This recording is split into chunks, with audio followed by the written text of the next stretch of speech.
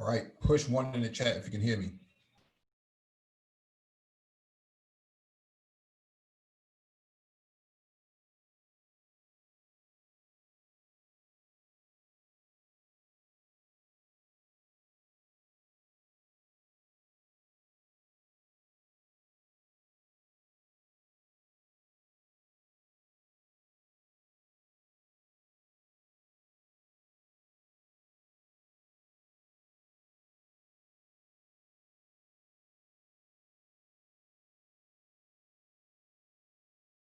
All right, I got a confirmation. Thank you for that confirmation, man.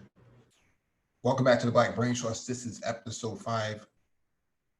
Actually, let me make one adjustment real quick, man. I think you may have this wrong.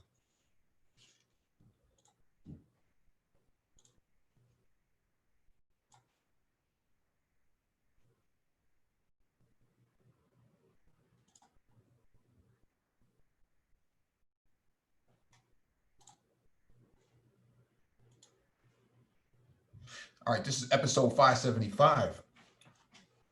Black Geopolitics. Please hit the like button as you come in, share the video if possible, and hit that notification bell so you get all the updates from the Black Brain Trust, including those posted on the community tab. There's a docket not in the description beneath the video, but today's topic is about the Great Faulkner Initiative. We're going to do an analysis on this. Try to get an understanding of what this really means, okay? There'll be a link in the chat for you to click on. When you click on the link, make sure you raise your hand so that one of us can acknowledge you and advance you to the panel.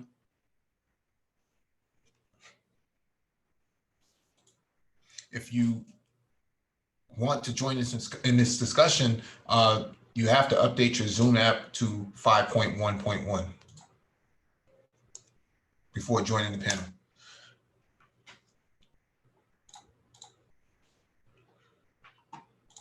Let me make one more adjustment and then we should get started.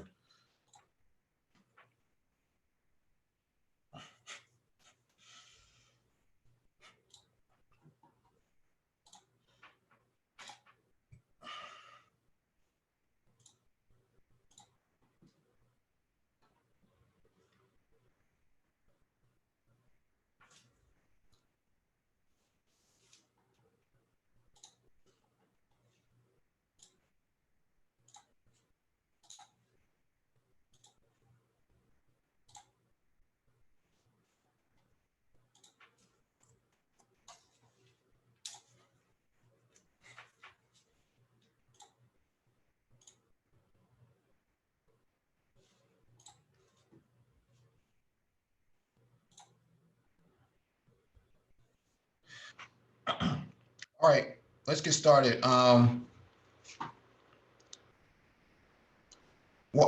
are we talking about the Great Faulkner Initiative? The backstory on this is that we've been talking about policy the last 2 or 3 weeks since this George Floyd shooting has happened, this incident has happened. And what has taken place in the manosphere is a back and forth disagreement on whether or not it's policy versus culture, okay? Which came first, the policy versus the culture? And that's been an ongoing discussion for like the last month or so in the manosphere. And we thought that we need to do more analysis on this, okay? There's a lot of people there are some people on the side who prefer that the policies remain the same and that we fix the culture. And there are some people on the side who think that the culture isn't the issue, it's the policies, okay? And so you have this sort of splitting in the manosphere of different sides.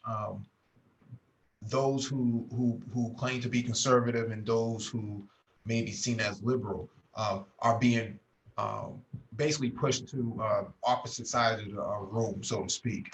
And so we're trying to get into a deeper conversation of, is it policy or is it culture? And which came first, okay? Very important that we understand the difference between the two. And the only black men I've seen in the manosphere really have a deeper analysis and sort of perspective on this has been Cerulean Grey and Charles Faulkner Jr. Shout out to Cerulean Grey, shout out to Charles Faulkner Jr. A couple of years ago, maybe back in 2018, I remember Cerulean Grey being on BGS's panel talking about the Great Faulkner Initiative. And this was long before some of these new people came into the manosphere.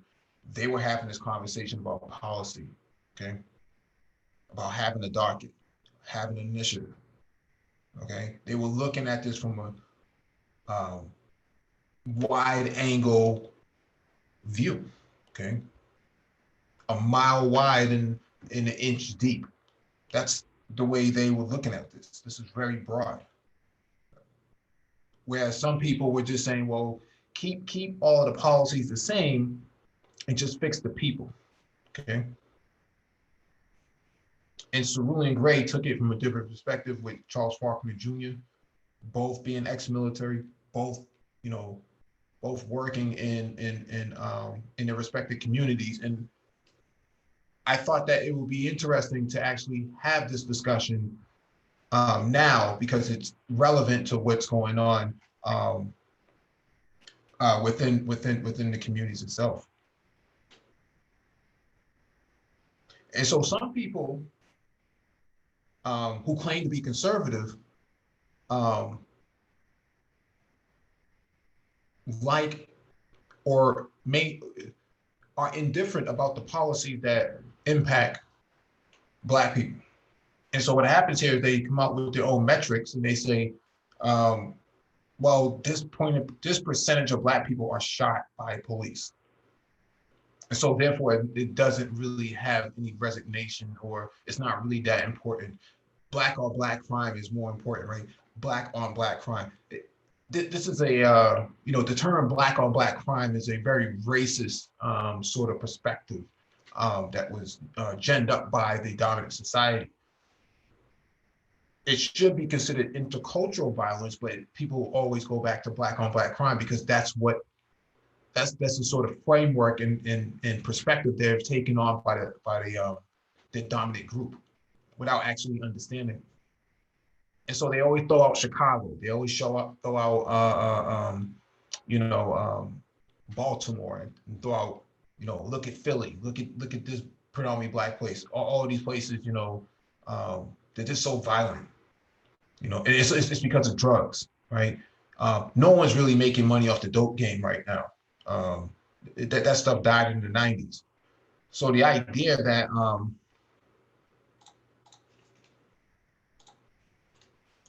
let me advance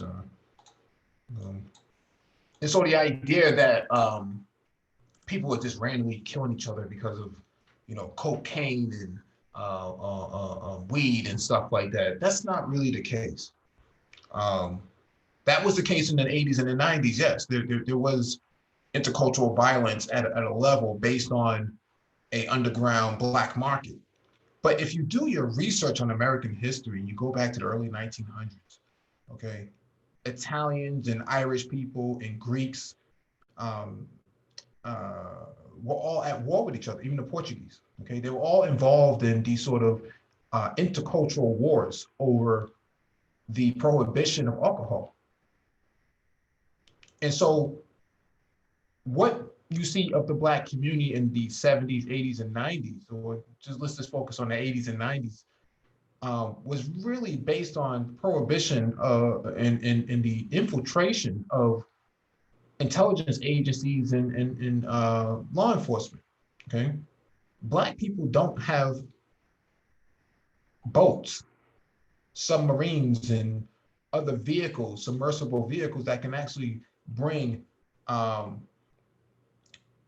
these illegal narcotics into the country, okay? They're just in possession of it, but they actually don't have the capabilities to bring all of these illegal narcotics into the country. And so could I interject one quick second? Mike? Yeah, can you hear me? Yeah, I can hear you. Okay. I just want to say that there was the pizza connection. People didn't understand, where the mafia, Yeah. actually the Bonanno family, and coming through Sicily, Yeah. where they had set up a bunch of um, pizzerias in the New York area, where heroin came through and literally was coming into this country through this route like crazy. So the Italians were the biggest part of it. They even had a mafia chieftain who actually got killed in New York City, a guy by the name of Galanti, and he was killed in a restaurant with a cigarette with a cigar hanging out of his mouth. And it was an infamous picture. And this was back in '78. And then throughout the '80s, this whole thing kept going, and they didn't really bust this thing until the mid to late '80s, showing you just how much and how the drugs were coming into this country through the Italian mafiosi, as well as the government definitely knew that it was coming through. And we were the ones who were very much put on the line for it.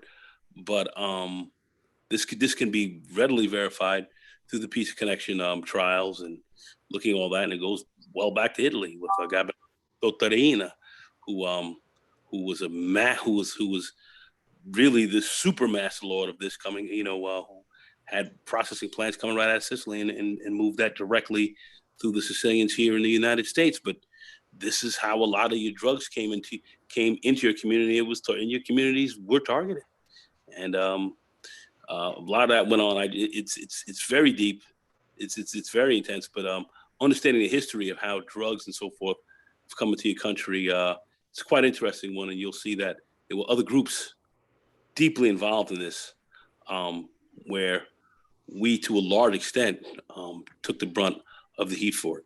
I just wanted to say that. No, it's a All good right. point. That's a good point, because what I was trying to get at was, if you go back early 1900s, and you had these sort of alcohol, wars, basically these sort of prohibition has created, this sort of violence, but that's policy. Prohibition is policy. Okay. Italians, Irish, Portuguese, Jewish, even the Jewish were involved in this. Deeply, deeply. It was deeply. It was extremely bloody, drive-by shootings, home invasions, and all types of racketeering and stuff like that, extortion. That was them. That wasn't even just the Black community. The Black community was kind of separate from a lot of this. Okay. I know, Well, they people, see the show Boardwalk Empire with Chunky on there, but the point that I'm making here is that separate the Black community from that. The Mazungas had their own issues. Okay. The Europeans had their own issues here, fighting with each other. Okay. massive. They went to war, and they had gang wars behind it, and it came down by ethnic lines. Mhm. And the most organized and the most vicious, who took over literally from the 1890s, from the old WASPs and old kind of Irish who were coming through. You had the Jews, Greeks, and others, but who came out on top of that were the Italians. Mhm. Of course, they had a very well formed mafiosi, La Cosa Nostra, in Italy, and they had a very long history there. And then that was as immigration and so forth, and Hitler, when Mussolini and all them also in the '30s, when they started to come to power and got a lot of those guys out just through immigration throughout the early part of the 20th century, to the '30s. Then they basically came in with a literally a cutback or a moratorium on bringing people in from southern Italy and some of these other areas, and Russia and some other parts, for racial reasons as well, white racial reasons, of which a lot of people may not be aware of. But they had their issues too. but they came in here to this country and they fought it out, and there were an immense amount of violence, drive-bys, and all this kind of stuff, or automatic weapons, Thompson machine guns, and all that. And, the Italians came out ahead, and they have a 5-family mafia that exists to this very day, which has been one of their besides hardworking other people who are not a part of it, but their crowning achievement was the 5 families, and a lot of drugs, a lot of crime, a lot of death came for that, and our community was well targeted, of which in that policy of crime, there's a policy of crime that actually came down. It was directed certainly by the FBI and certainly through the New York police departments and the other Boston police departments and so forth. A lot of those drugs and so forth were targeted to move into your community. So your community was actually targeted once again, and that was a policy. And many talk about it. You could even hear it spoken about somewhat, even on The Godfather. But to show that it was a policy, you even had J. Edgar Hoover, who was the head of the FBI, who denied that the mafia even existed for many years, which was crazy. But these were the policies that these people had. The policy of crime. There's a policy involved in that. A lot of people don't understand. Policy of crime, of criminality that works and is controlled. And much of that is through the internal security agencies that we have here in the United States. And FBI played a big role, as well as your local police departments and so forth. A lot of that came down from the top. And, you had relatively mobbed up presidents as well. People like Harry Truman, who was, they said this is one of the most mobbed up presidents that anyone's ever seen. And you've had others who had rather loose associations with them. I won't get all into that, but this was fairly hairy stuff. And we did take a lot of heat for that. But the violence, the money, the drugs, the targeting of various communities all played a very key role, and that was very much regulated by policy. Definitely. A lot of people, like I said, people who want to take sides want to say, policy doesn't matter. But if you go back, like I said, to the Prohibition era, Prohibition was policy. Okay.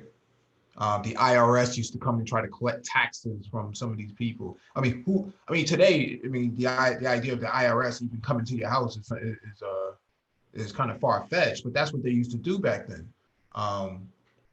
And so these were all systems of policy. There was no culture. When left to their own devices, the policy dictated how their community would be run.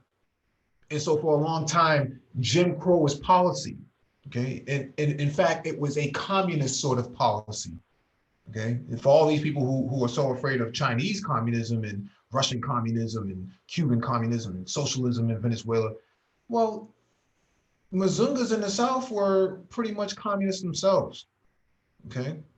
They weren't that far off. May have not had the industrialization as most of the communist states did internationally, but they had their own sort of communist ideals. And so what I'm saying here is when the conversation is about policy, a lot of people who claim to be on one side or the other seem to run away from that discussion. And so that's why when you do your research in the manosphere, the Great Faulkner Initiative campaign was kind of the precursor for a lot of these discussions. They were talking about this. They being Cerulean Grey and Charles Faulkner Jr. were talking about this in 2018. Okay, long before there was a 3.0s and 2.0s and stuff like that. There was really some heavy discussion beginning to happen. And so what I'm hoping for is that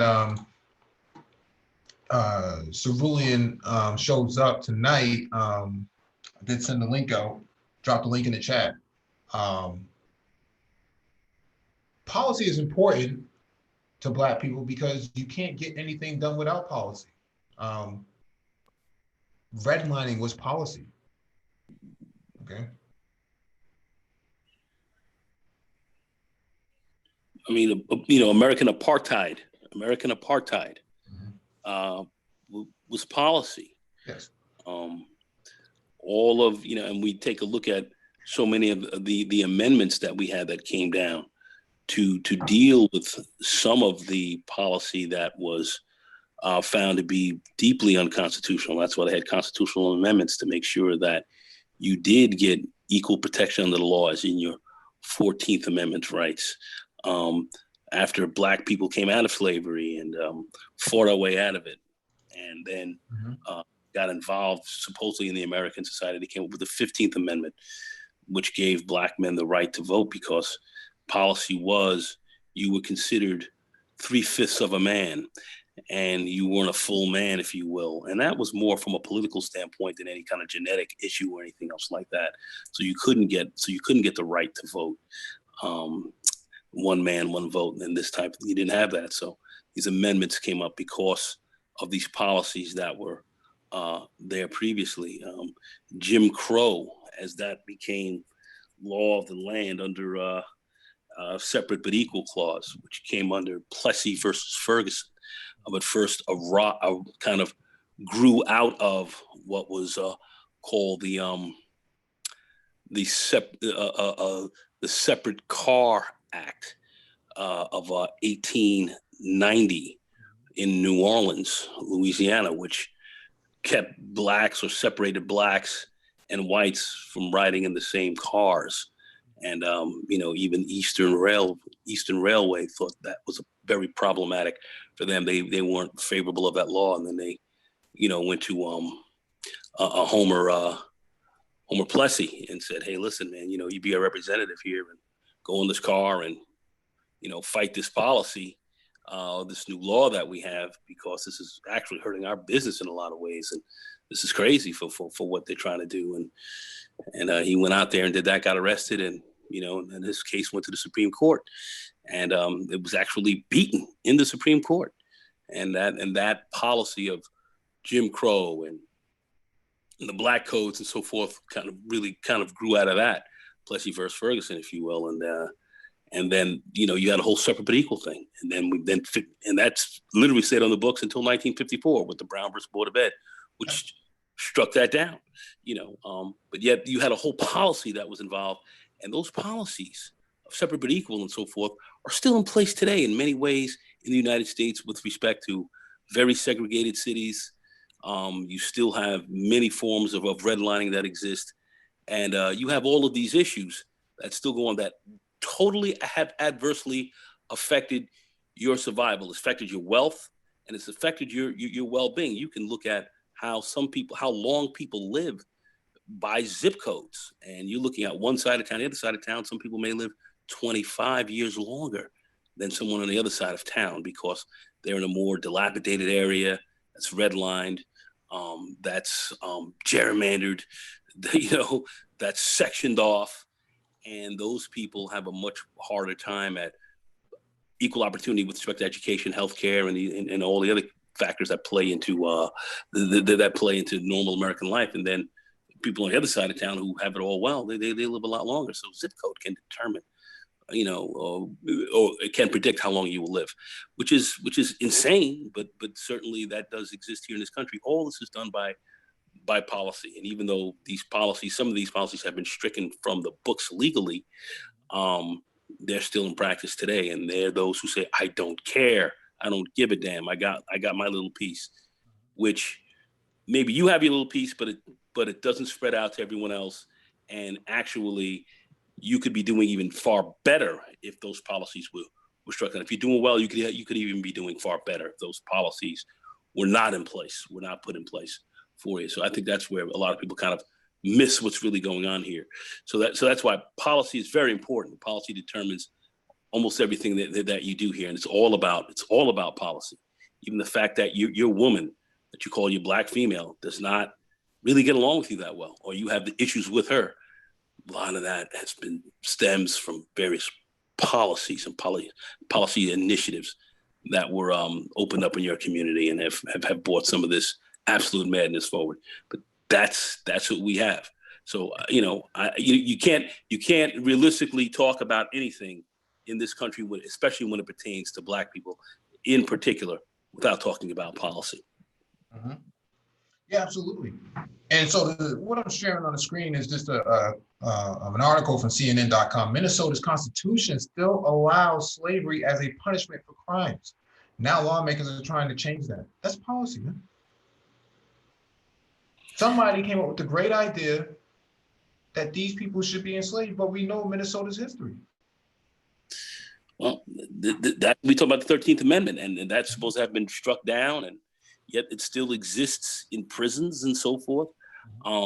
So we say that slavery is gone, but yet at the same time, it still exists in certain types of institutions, in the prisons. And and policy has been to jail you more than anything else.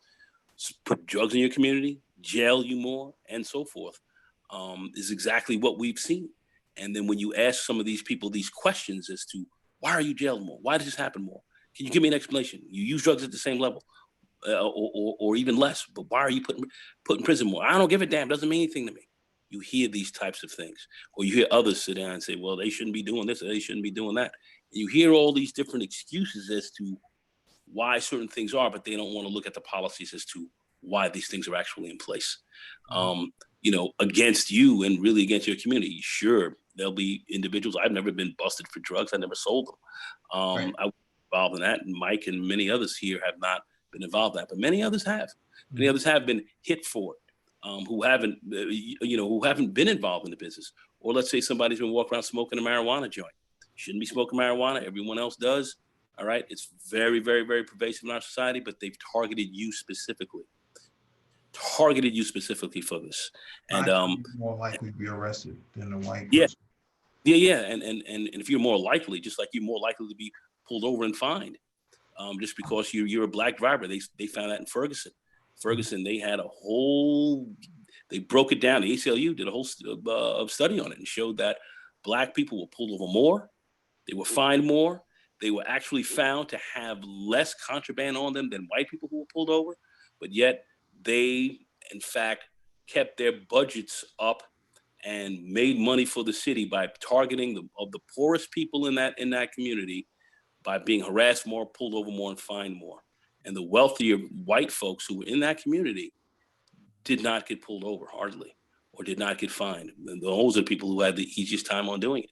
And then they kept a lot of people longer in jail and these kind of things. And then you saw this totally separate and unequal system that was supposed to be stricken from the books, but yet here it was in full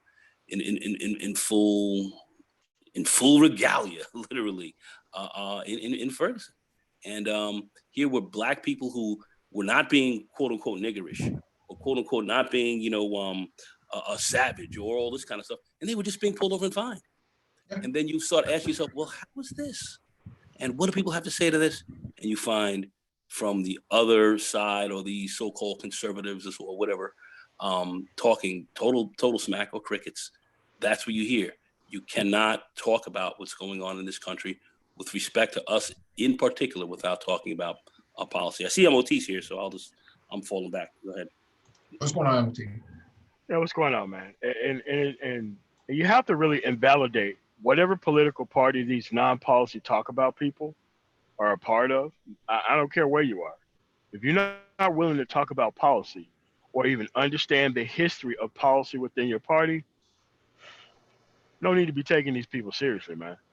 Because anybody can quite literally be right about anything in history so long as they don't talk about history and policy. So the burden of proof for somebody who cares about history and policy becomes more of that than somebody who doesn't care about history and policy. Mm-hmm. Because just because you stop taking an interest in politics does not stop taking an interest in you. I think it was Aristotle said that. Like, it's that old that you have to worry about public policy. And it's like, where we're at now, it would be perfect for Black people to just start garnering their actual political power behind one thing at a time. because we could talk a lot of noise about stuff and not do any action. But if you could just talk about one thing at a time and get everybody on board to like get rid of unconstitutional stops, for instance, there's no reason for police to be coming unconstitutionally in contact with people unless they've actually done something wrong. We should get rid of the police unions, for instance, who are always exempt from right to work late state laws that doesn't allow you to form a union, but somehow the fire department and the police get to keep their union. So it's like all this stuff is still policy. And you have to care about it. I mean, you just can't move away from bad policy. You can't just go hide in the closet from bad policy, because bad policy can end up hurting you when you actually need the protection of equal protection. Right. And that's kind of, the way it is. So, all right, thanks for having me, man. I'm just going to be kicking back. All right. Yeah. So, like Dr. Phoenix says in the chat, good policy is good health. Yeah. Good evening, Dr. Phoenix as well.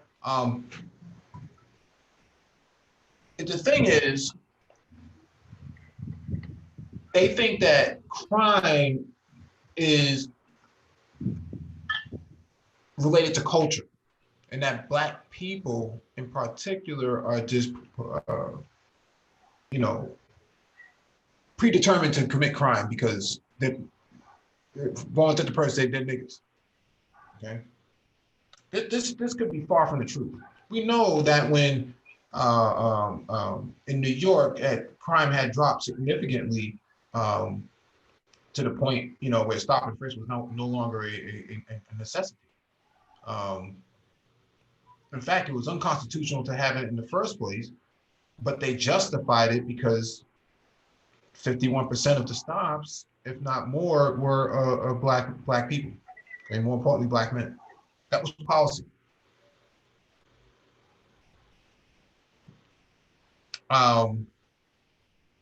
When you take into consideration the impact of what a policy has on a specific group of people, it disenfranchises people, more importantly, Black people in this context. And so the idea that, if you just stop doing A, B, and C, then you'll become a better moral citizen. But we know that's not true. Okay, Amadou Diablo held his wallet in the air, still got 41 rounds into it, man. Yeah, he found bullets in his feet. Wow, that's crazy. In his feet. What more can this man have done other than have obeyed the law? Police. One of the police who shot him said he froze and just kept his finger on the trigger, and he didn't stop till his gun was empty. And the guy was just coming out of his house. What would make somebody just do that? And this has been policy. This has been policy. I know a lot of people would disagree with that, but that's exactly how that has been. And if we take a look at many of these police murders that have gone on in the city, we see that this is an overall policy of policing of our community that is different from the Irish across town. Certainly where the Westies were over there by 11th Avenue, 12th Avenue, and 40th. Where Coonan and these guys were tearing folks out the frame.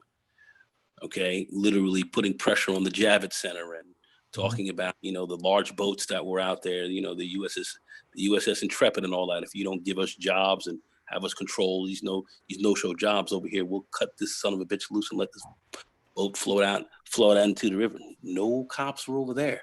Mm-hmm.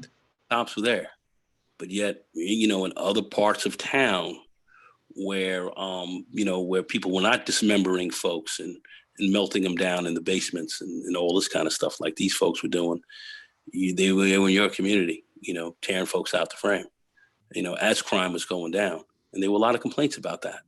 Folks don't know this kind of stuff. They don't talk about it. They're not knowledgeable of it. And that's why you see people like myself who might get upset at listening to some of the crazy stuff that I hear. It's because I know deeply what's been going on a long time. And Has it adversely affected me individually, in a big way? No, not from the standpoint where cops have been coming down on me and tearing me out of the frame, but I know a lot of folks who have been, where it shouldn't have happened. And I know of an attorney couple who, they would have never thought they would have found themselves in the place that they were when the police attacked them. They made money on it, but I didn't want to make money that type of way. Getting beaten by a bunch of rogue Irish cops and so forth, is beating the shit out of them because they questioned what they were doing. Insane. But these are the kind of things that, and they were black, of course. But this is what goes on, and these were not niggerish people. So people talk about niggerishness and so forth. You always have to be very suspicious of that when you hear it. We don't like nigger stuff. We don't like it. No, there's no one here who does. Everyone here is about family and wants to have a good family. We all know this. But when you start hearing, well, I'm conservative because it's family values and all that, you start hearing family values. We all want great family values, especially intelligent, thinking people. We all want that. That's nothing that's germane or specific to one group. That certainly is not. And we know black people are, quite frankly, quite conservative in many ways, especially when it comes to family in the South and so forth. We've all grown up that, we've grown up that way. If you've grown up in a traditional black household, it's been conservative. That's not even a question. But when you hear family values, conservative, niggerish stuff, and nigger crap, when you start hearing that, you have to be very suspicious of the people who are saying that. Very suspicious. And you get them to talk about policy, they're never going to want to talk about that. That's not going to be important to them. Why? They have no leg to stand on. They cannot defend their positions on policy when they don't want to talk about it, because they have no answer for it. They have no answer for it except niggerishness and being a nigger. That's their defense. Family values. That's their defense. Scary that we have these people in our community operating like this. And I'm not just talking about here in the manosphere. I'm talking about enterprise-wide in the black community. We see a lot of this, and it doesn't help us. No, you have pundits, right? Thomas Sowell, Jason Whitlock. There's another one on YouTube. I forget his name right now. Jesse Lee Peterson. There's quite a few of them. And so I'm making this point because it doesn't necessarily have to be the manosphere. It's just an overall black society perspective that says, if you just be a model citizen, then you'll do just fine. But we know that Amadou Diallo held that wallet in the air and caught 41 rounds. Okay. We know that certain in black people in particular were kind of marginalized from society in a way that sanctions works on different countries. North Korea. For those who don't, I'm not in the U.S. military or the Coast Guard, but I follow all of the postings. They intercept quite a few ships for North Korea for basic humanitarian needs. The intercepting of ships, that's a policy-driven action. And so when you stymie a demographic of people, you kind of force them to live a certain type of way. We know that in Cuba, due to the embargo, they've been forced to create this sort of medical industrial complex where they produce doctors and nurses at a very high rate, and actually send those doctors to different countries, and that's how they get their revenue. They make $11 billion a year off of that. Pretty good. But in the black community, if you start having that discussion about some of the policies that have stymied them, the same people who want to talk about the cultural actions don't necessarily want to talk about the policy. We have Dr. Fetus on the panel. Hey, how's everyone doing this evening? Good, brother, good. Yeah, so Phoenix, what's up, baby? how you doing, brother? Just a few Yeah. No, this is a good discussion because I've kind of been hearing the discussions you all been having for the past week or so around issues of policy, and just really the conversation kind of gets into this area where it just gets obfuscated.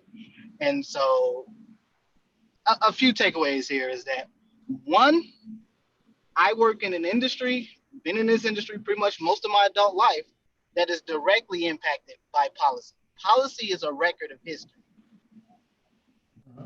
If you want to know why Black people have the state of health that they're in, arguably, yes, you can make an argument that yes, Black people do have horrible diets and all those other things. But at the same time, it's also a policy to make sure that we put the worst hospitals in your neighborhoods. We staff it with the worst medical practitioners. And most Black people are Medicaid, Medicare users, and Medicaid, Medicare has been chronically underfunded for decades. In fact, in the early 2000s, they started to take away a lot of the funding for basic stuff that Medicare covered and actually reduced it quite a bit. So for folks who got cataracts,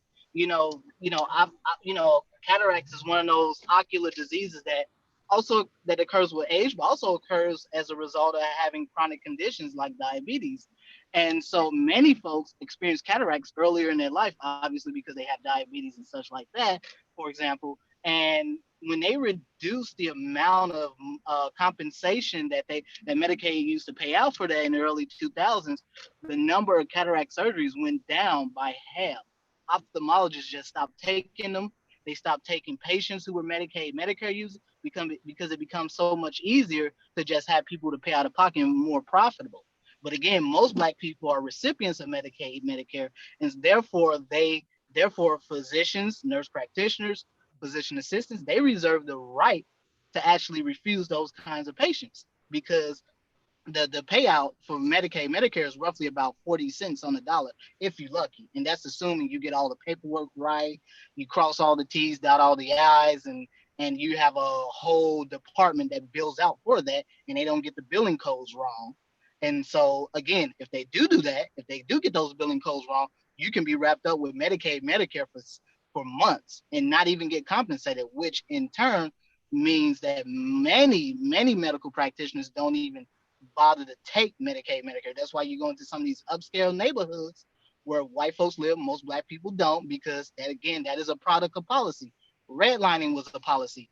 And again, when you go in those upscale neighborhoods, what do? You see those kinds of specialty care practices, those specialty care offices where people have very good private insurance. They can afford that. You can afford to go see a cardiologist.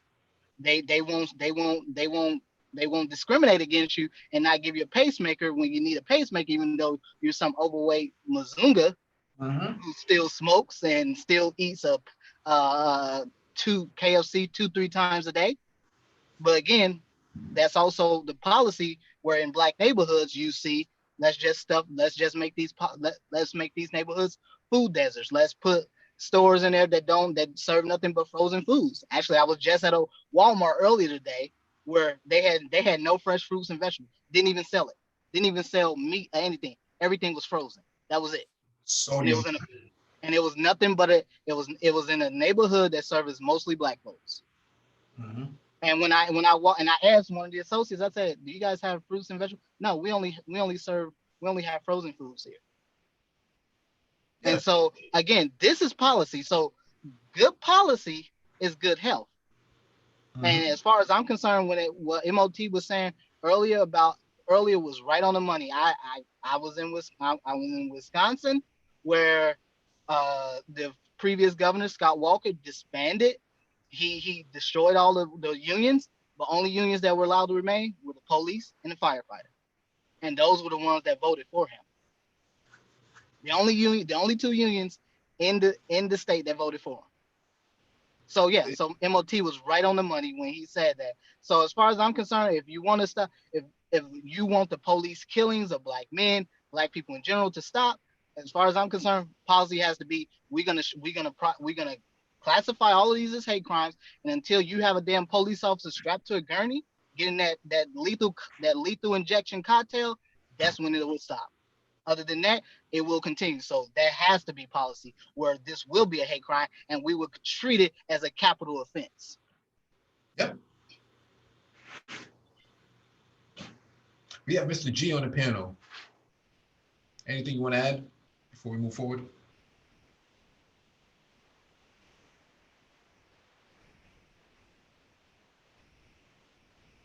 All right. It's interesting that you bring up Walmart, Dr. Phoenix, because in Boston, we don't have a Walmart, okay? Yeah. They decided years ago there will never be a Walmart in Boston, okay? They're not gonna, destroy the small local businesses, the bodegas and the other small superettes or supermarkets, whatever they call them. They decided that years ago. And so we don't have a Walmart, and so we don't have that issue, so to speak. And so that's a part of policy, though. They, with the swift of a pen, they were able to decide we're not going to allow this mega Godzilla sort of corporation to come in and swallow up all the businesses. Not going to happen. No, absolutely. Like I said before, redlining was a policy that was backed by government. And redlining isn't just the ability to keep you out of certain neighborhoods, it's also where we place you at. Yeah. And what's available to you within those neighborhoods. Yep.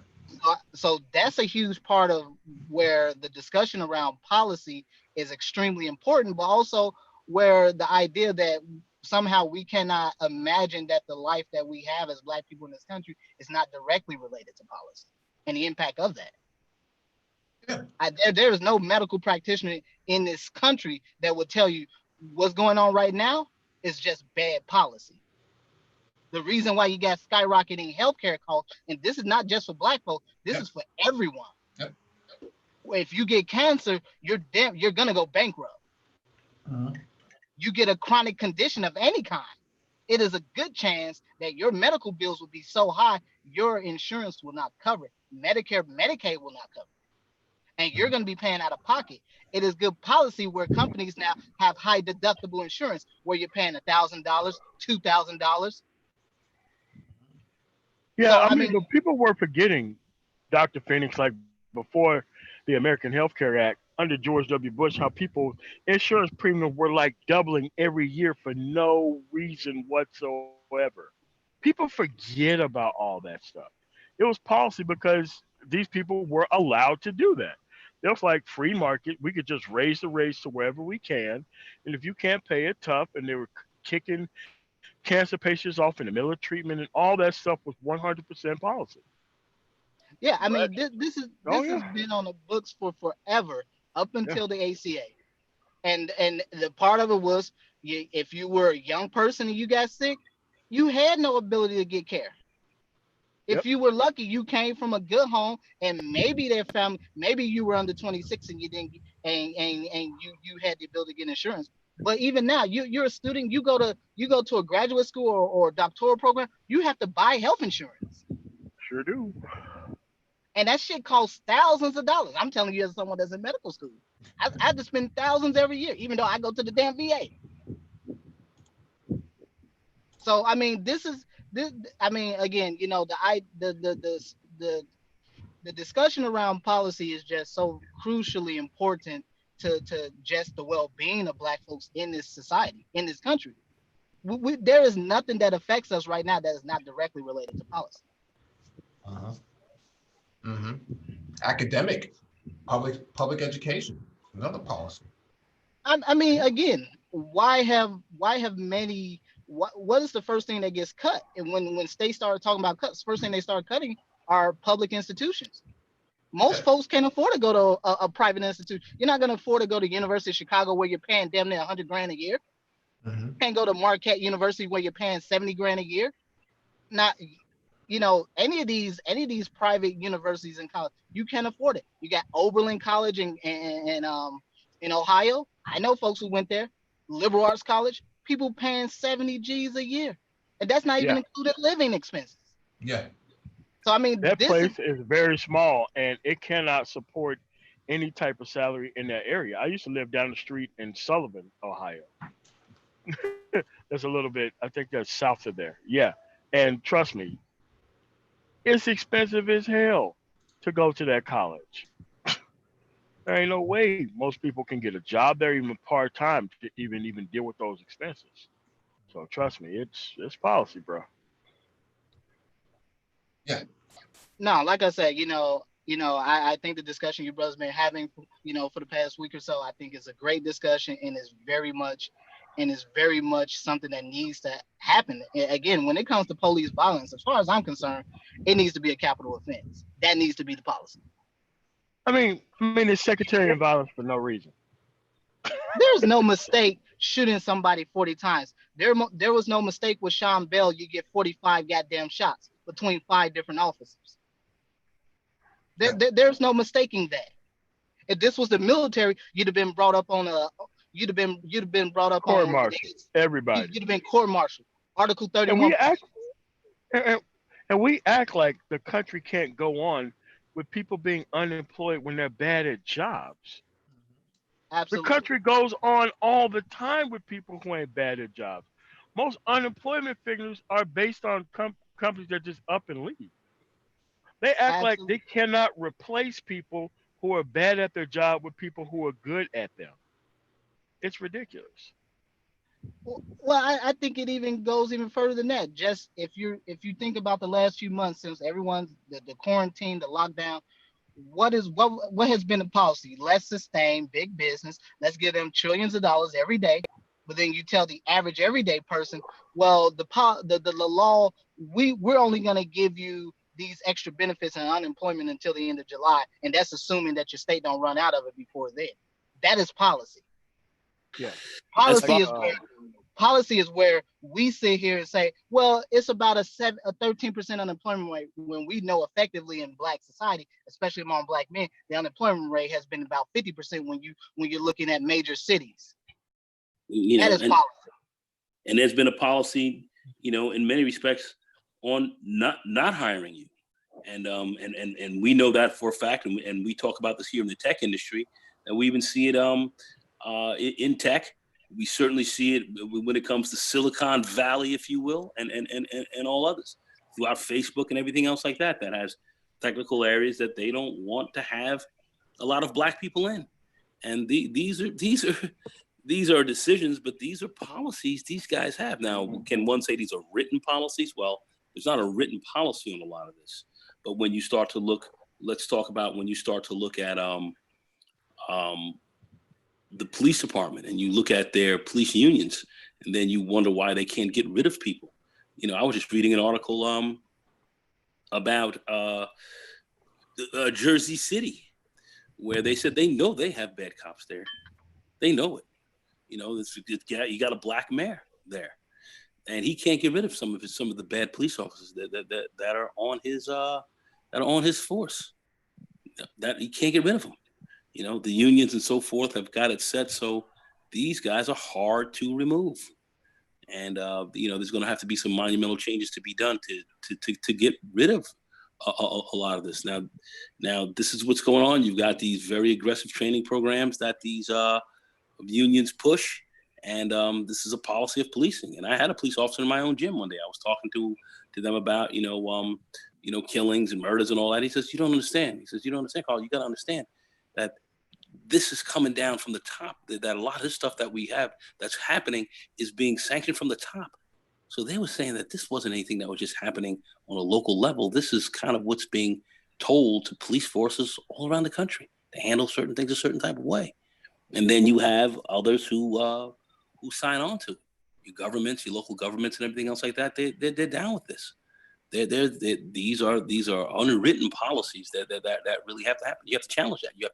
You have to fight a lot of this with different policies. Different policy initiatives have to come in to fight this kind of thing. That's what has to be done. Those are your solutions to this, and that's why tying in voting and local elections and being involved in your community is very important. We'll get into that later. I'm sure we'll touch on that, but this is how you deal with a lot of policies. Everything that we see, that especially when it comes to the black community, deals with it from a policy perspective. And like Dr. Phoenix so eloquently said, healthcare. very much a policy initiative, very, very much policy. And we've seen it in its rawest, most ugly form now. Anyway, go ahead. Let's go to Cerulean Grey. He is on the panel. Oh, greetings, gentlemen. Brother Cerulean, how you doing? Living the gone, greetings. Great to see Sir, you, man. yes, sir. So we wanted to get into the Gray Faulkner initiative. Can you tell people in the chat and people who are going to listen to the replay, how did you and Charles Faulkner Jr. come across this? Well, you know, we used to regularly participate in the BGS After Dark, you know, marathon streams. Put some volume on your mic, brother, please. All right, can you hear me now? It's standing out. All right, how's that? Good. Oh yeah, all the way.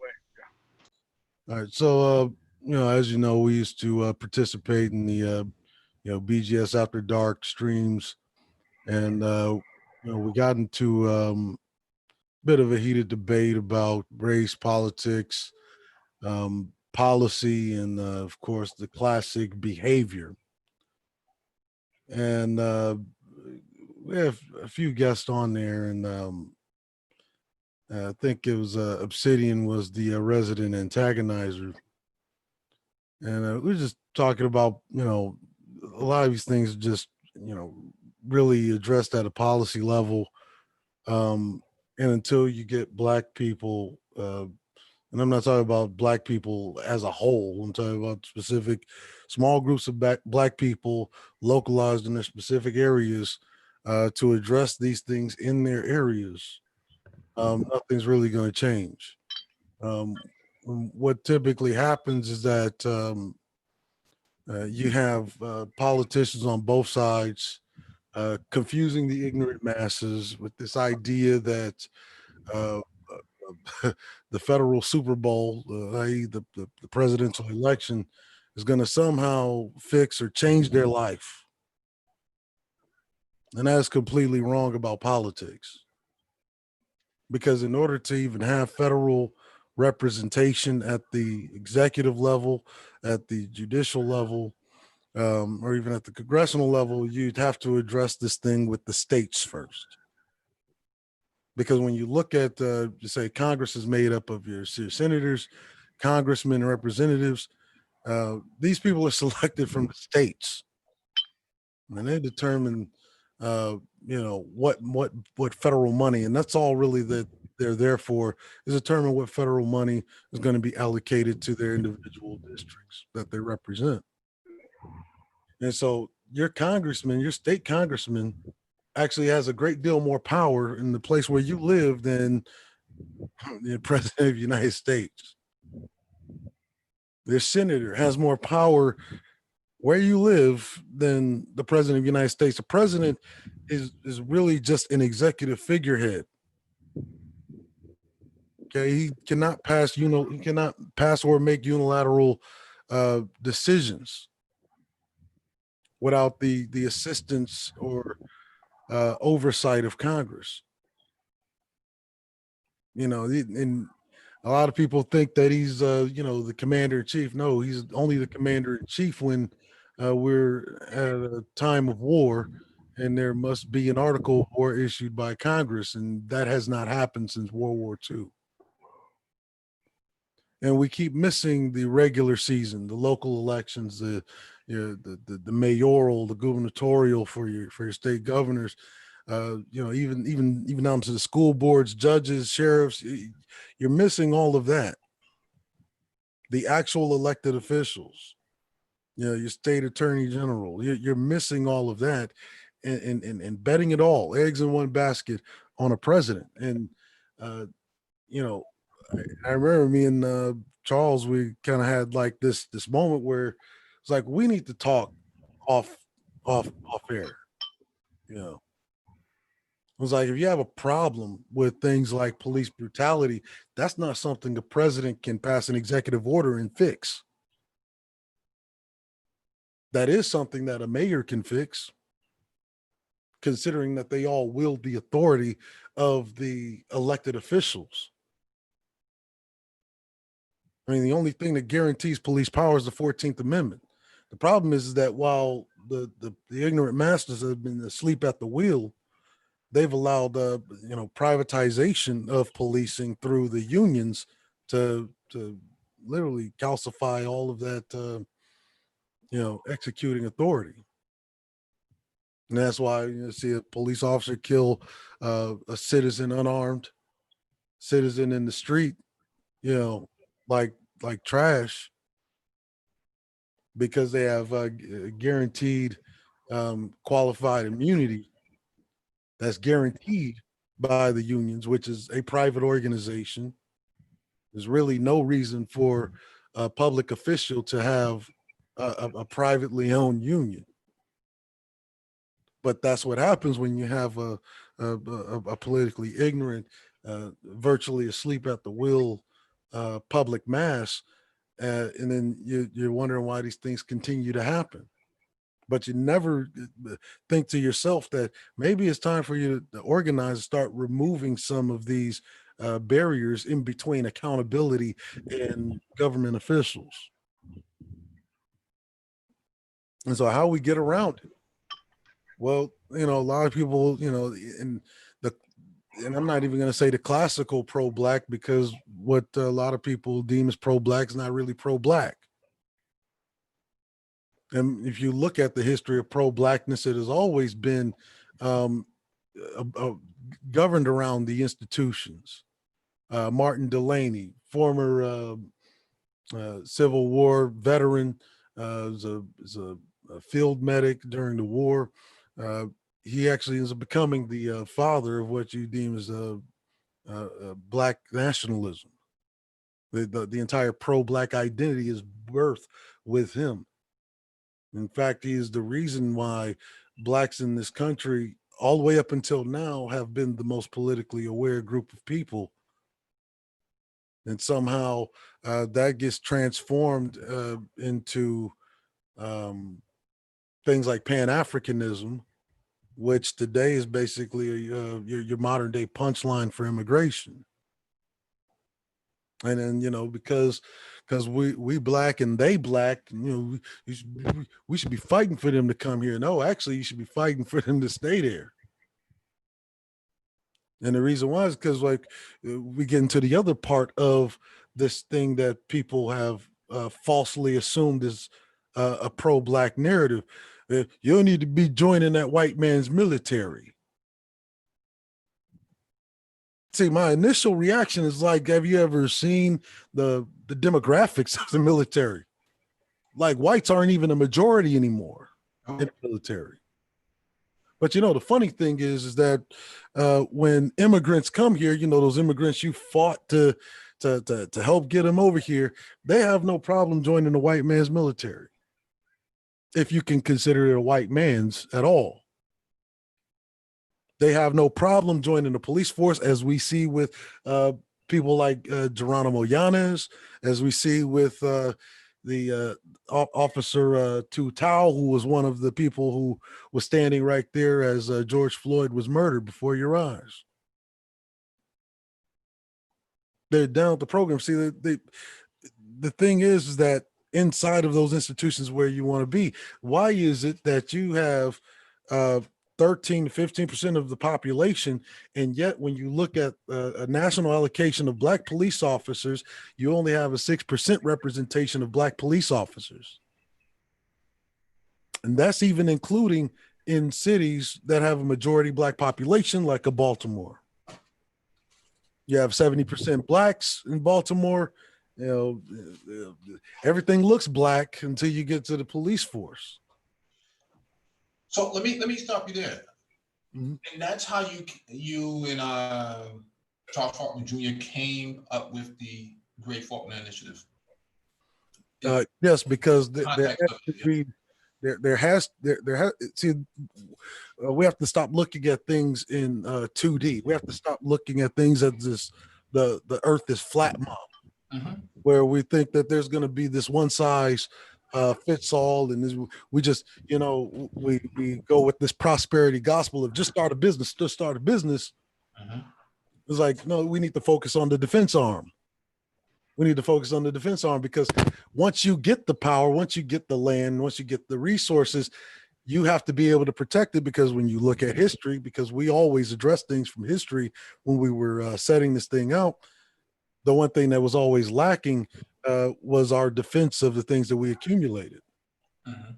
Which is how you could see prior to 1964, all the way from Reconstruction to the Civil Rights Act of 1964, the greatest Black wealth generation was happening. And that was because you had a virtual monopoly over the labor market. Well, until they started importing all of these passing all of these immigration policies that you also help fight to get them here. And what that does is that decreases the cost of labor.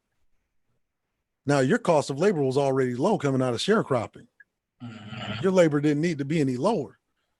But then when they decided to go with a more industrial farming agenda, and they kind of have the Army Corps of Engineers to move you off of nearly 10 million acres of land as you pour into the northern industrial centers, now you have to build something else, and that's basically what was going on, an urban reorganization through industrial farming, privatized farming. And then as time goes on, we actually had a huge population. We literally in this country in the 1930s were about 12% overrepresentation, 12% of America's doctors.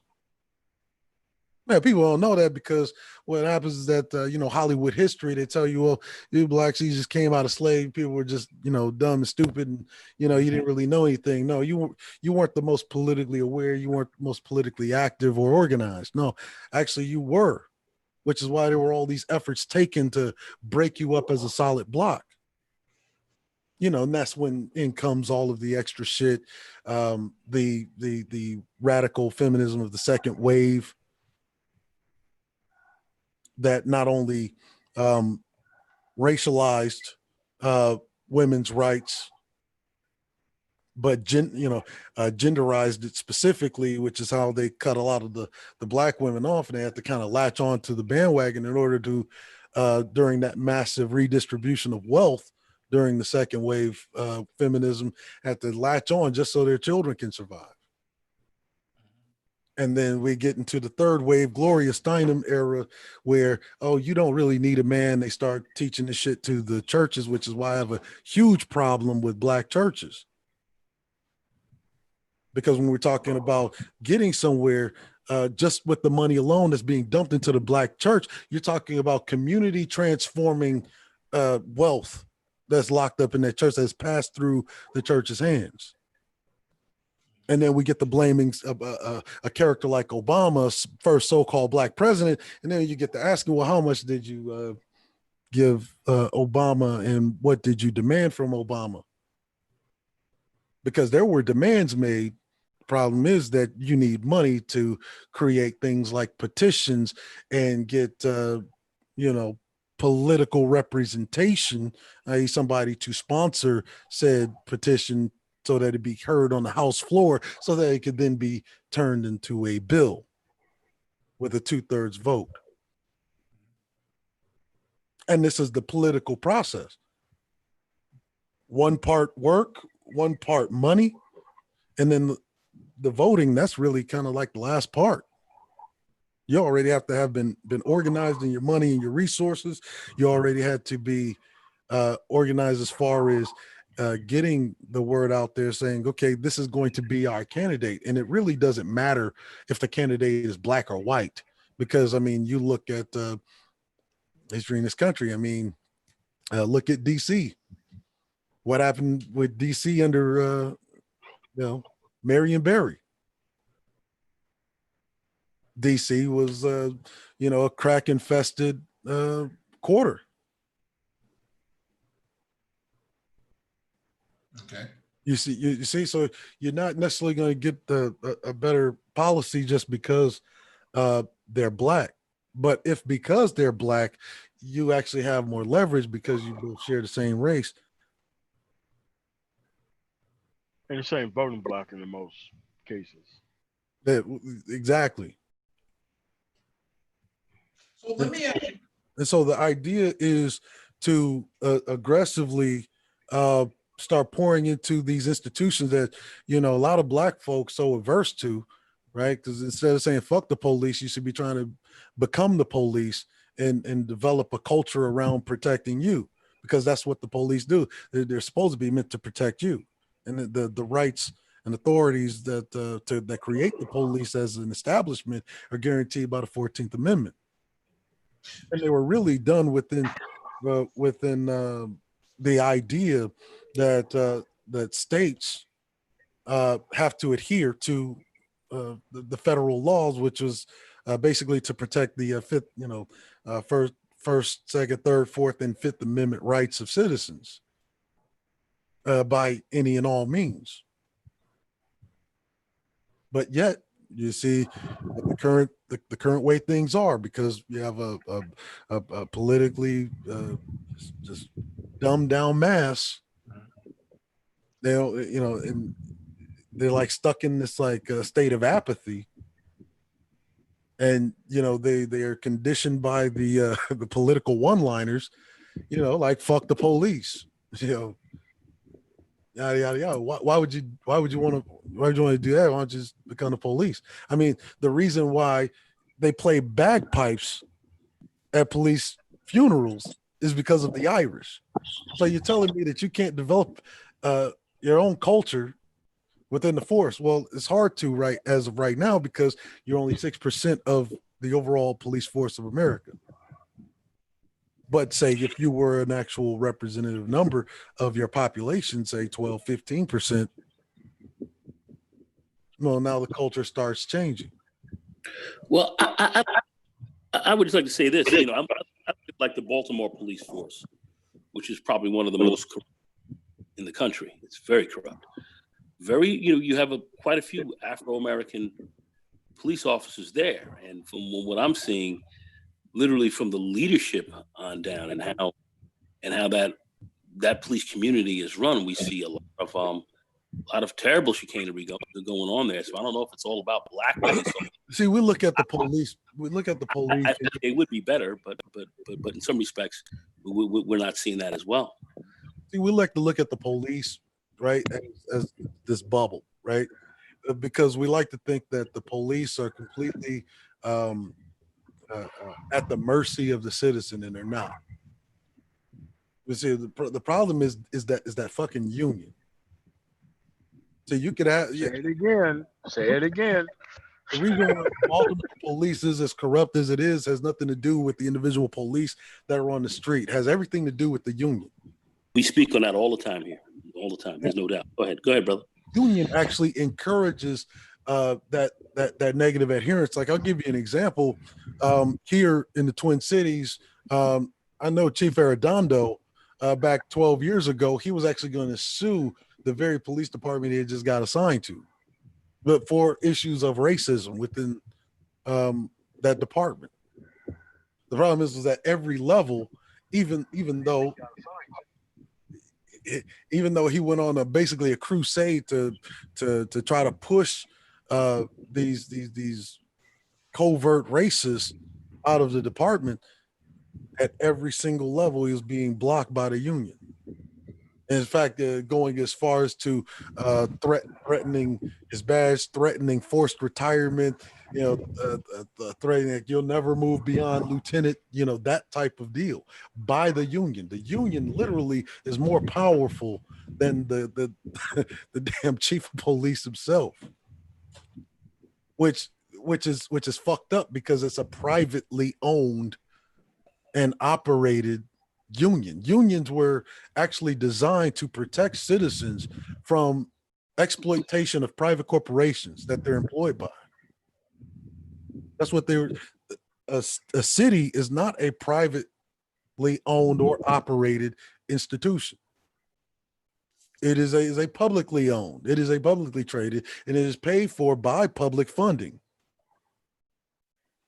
Well, we certainly saw the police union chief in Minneapolis sit there and tell the mayor, we're going to continue with training. I don't give a damn what you say. And basically told the mayor to get in the fucking hole and keep it moving. And that's what we saw from the police union chief in Minneapolis, Minnesota. He's playing ball with the unions. Well, he doesn't want to force retirement. Arredondo's been actually walking on thin ice for a long time. As a matter of fact, since he took up the position. The position that he actually inherited was a police department from one that was basically a $5 Indian dyke who was a racist piece of shit. Yeah. And she was heavily into the unions, and whenever a certain white foreign national from Australia was killed accidentally by a Somali foreign national officer named Mohammed Noor, they actually literally were saying things like you were supposed to protect white life. Like there were literally statements like that being made, and you have failed. And they placed her with the black chief, so that whenever they ran the black officer, which was really a Somali foreign national, when they ran him through the muck and mire, they didn't look as if they were as racist as they really were, because they had Arredondo, who actually has an Afro-Caribbean background. So let me ask you this: can you lay out for people what the Gray Faulkner Initiative comprises of? There's 6 basic parts of the Gray Faulkner Initiative, all based on institutions using the Gray, the Neely Fuller Jr. approach. We have 9 areas of human activity. We remove the 3 most detrimental to Black society, which are entertainment, religion, and sex. It's like the 3 pillars of social economic stagnation. What's the third one? Sex. Okay, all right, go ahead. See, because you look at the culture, because we have to. Really What's good, everybody? Because we have to really look at the culture of. We have to really examine the culture of Black society. What are the things that are really holding us back?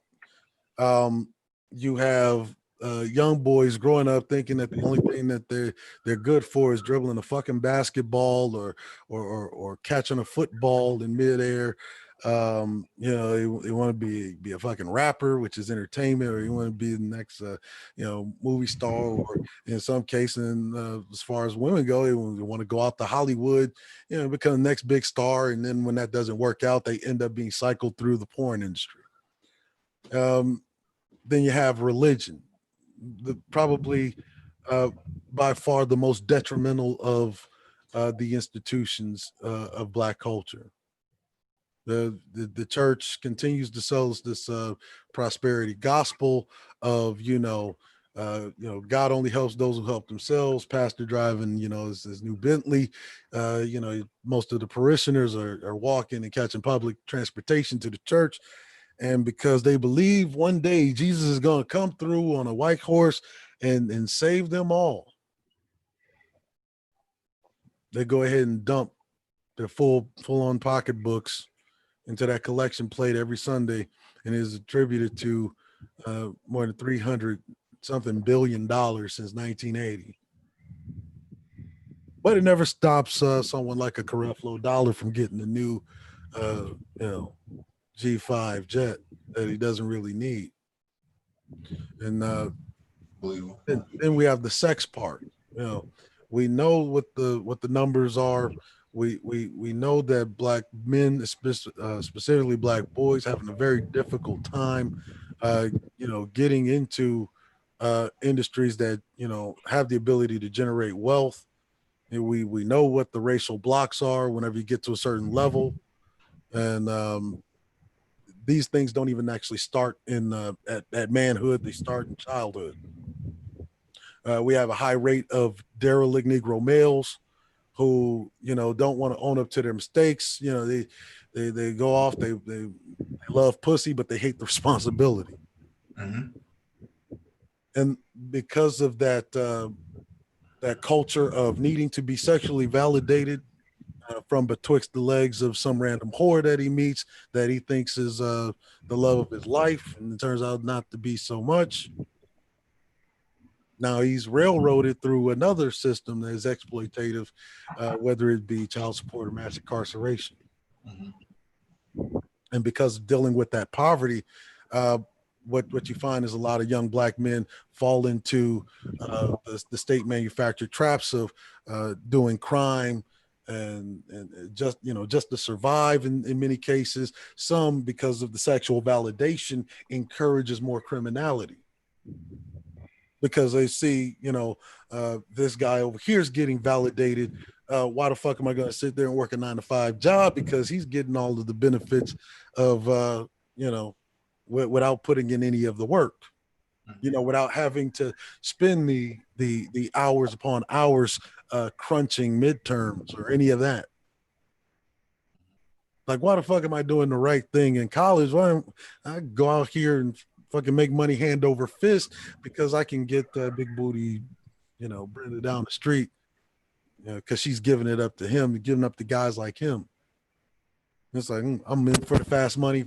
Next thing you know, another state manufactured trap, all having to be related to some kind of sexual validation. And then that's when the other traps come in. Makes a baby, realizes he's not ready to be a father, wants to abandon the child because he's not ready to be responsible. He's not even economically well off enough to be a responsible father. And so in his mind, the easiest thing he can do is just leave. But he doesn't just leave. He goes to another place where he's still suffering the same conditions that he doesn't know how to fix. And in my opinion, it is the previous generation that made it to where he was ill prepared to fix his own problems.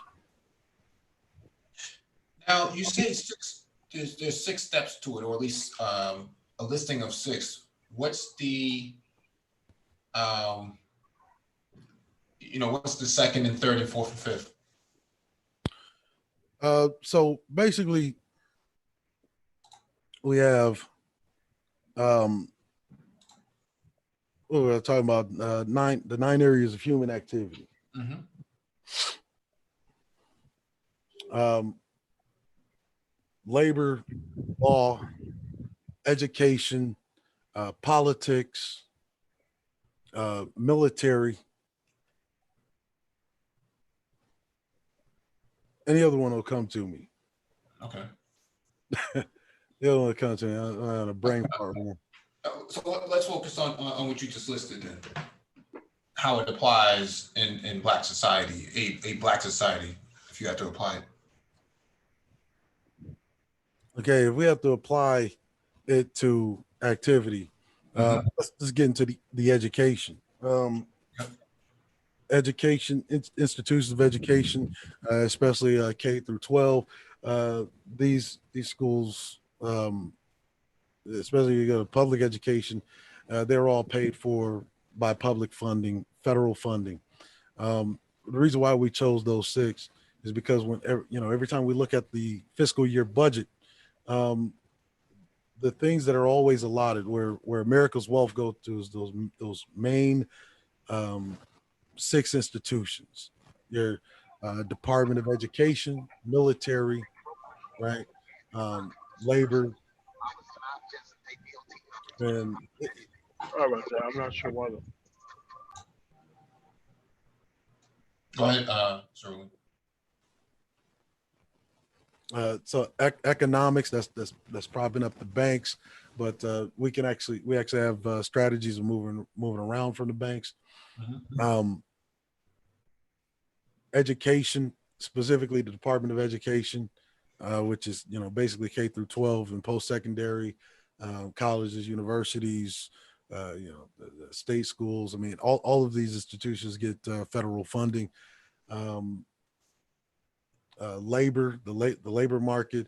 I mean, we see this on a regular basis where some corporation gets huge tax deductions and even incentives in the form of, you know, in some cases opening the checks, just as Jeff Bezos. and it's meant to incentivize private employers to create more jobs. What it doesn't so much focus on are things like in the trade crafts, and when you look at STEM, doesn't really focus so much on STEM. In fact, there's more STEM professionals that come out of the military than actually come out of the private sector, which is why the private sector is always sniffing around the military to fleece off the excess, veterans that have some kind of background in STEM. It saves them from actually having to spend the money to train more STEM professionals themselves.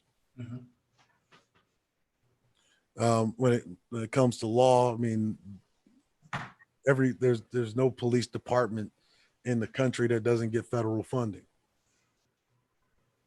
Not a single one, which is a problem when it comes to the union, because the union is privately owned. There's no reason why a public official or public servant like a police officer who wields the power of a publicly elected official should be a part of a privately owned and operated union that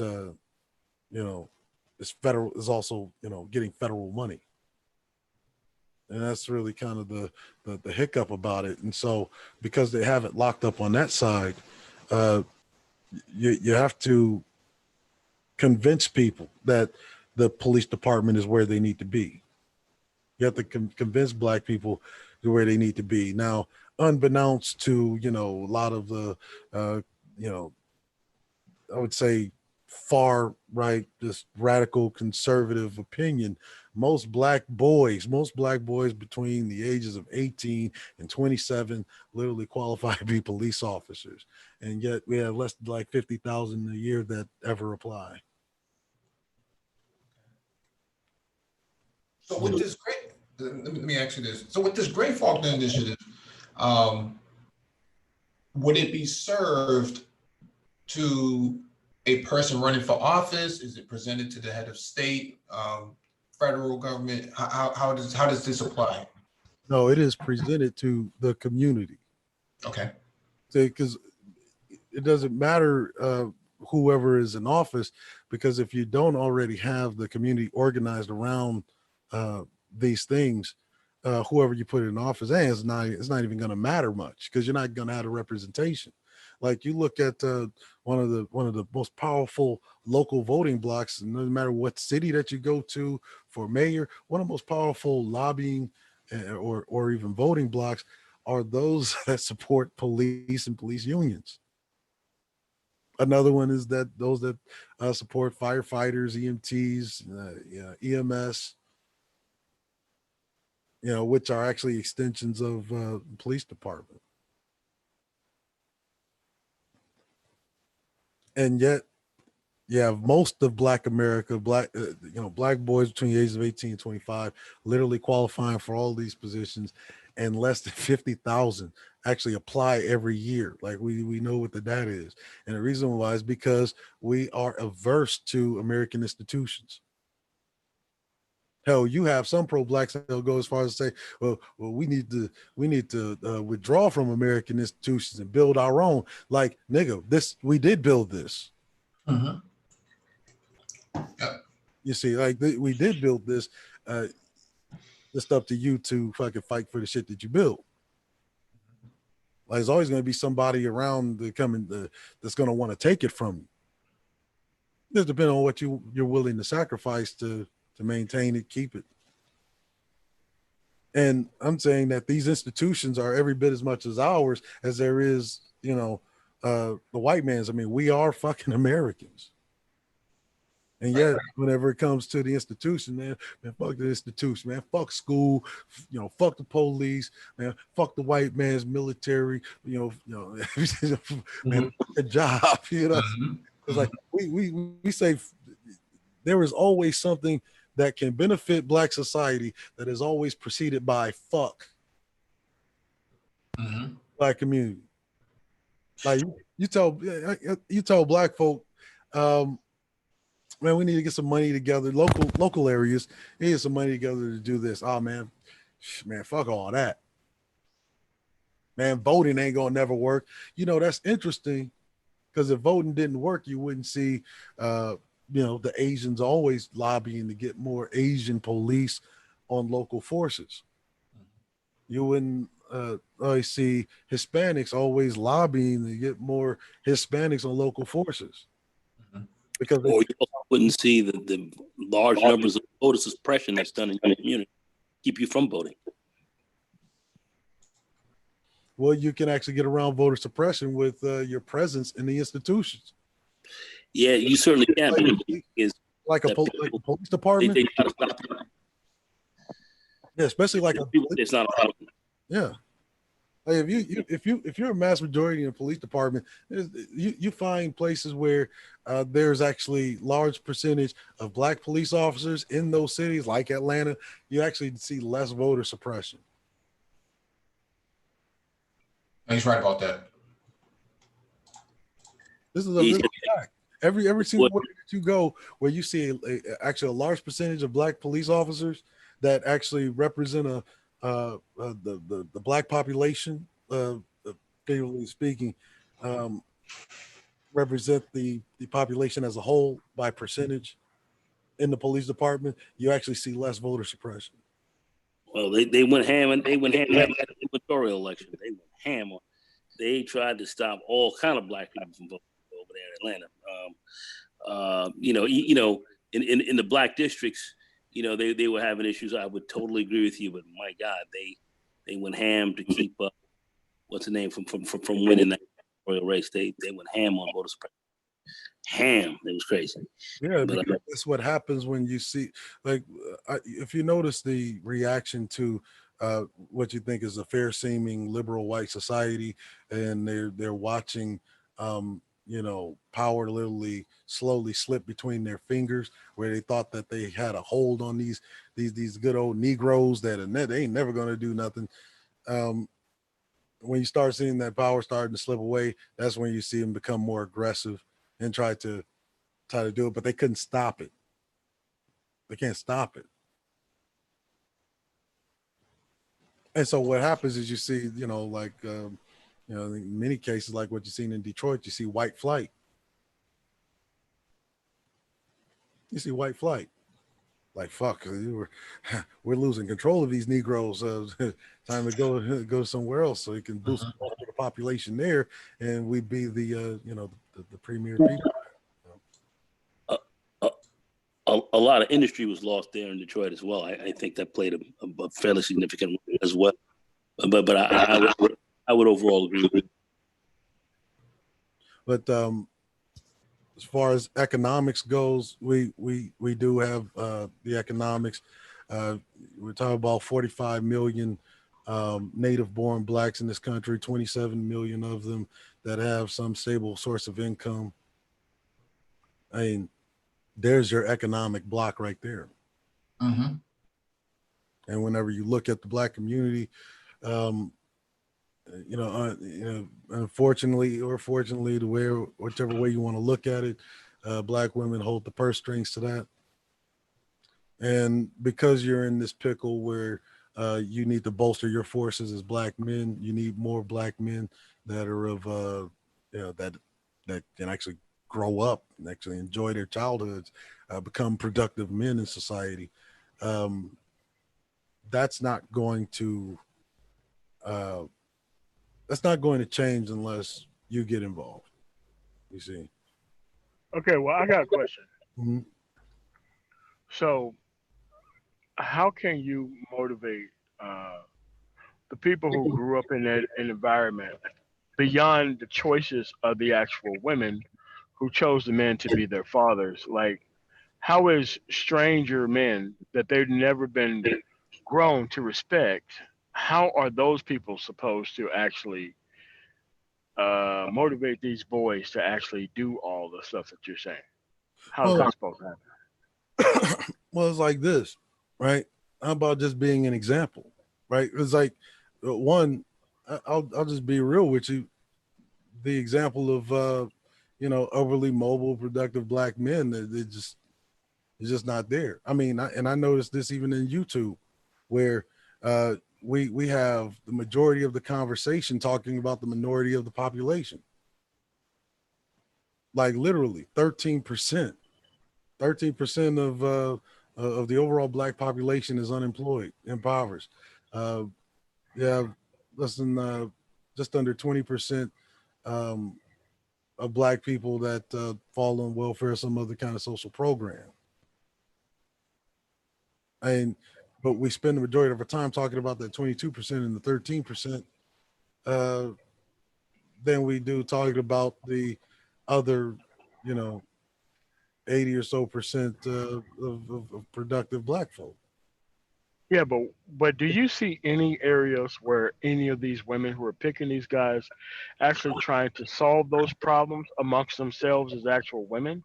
Because I don't think independent men that who they were never actually interested in can Oh, also come over the top to solve that issue for them, especially if they're deliberately trying to starve out those men sexually so that way they can come back for those men as Black widows later on and try to get those men to solve this problem. So how do we get to solve the problem at the first press of the olive? How do we do that? that's very specific. Like, um,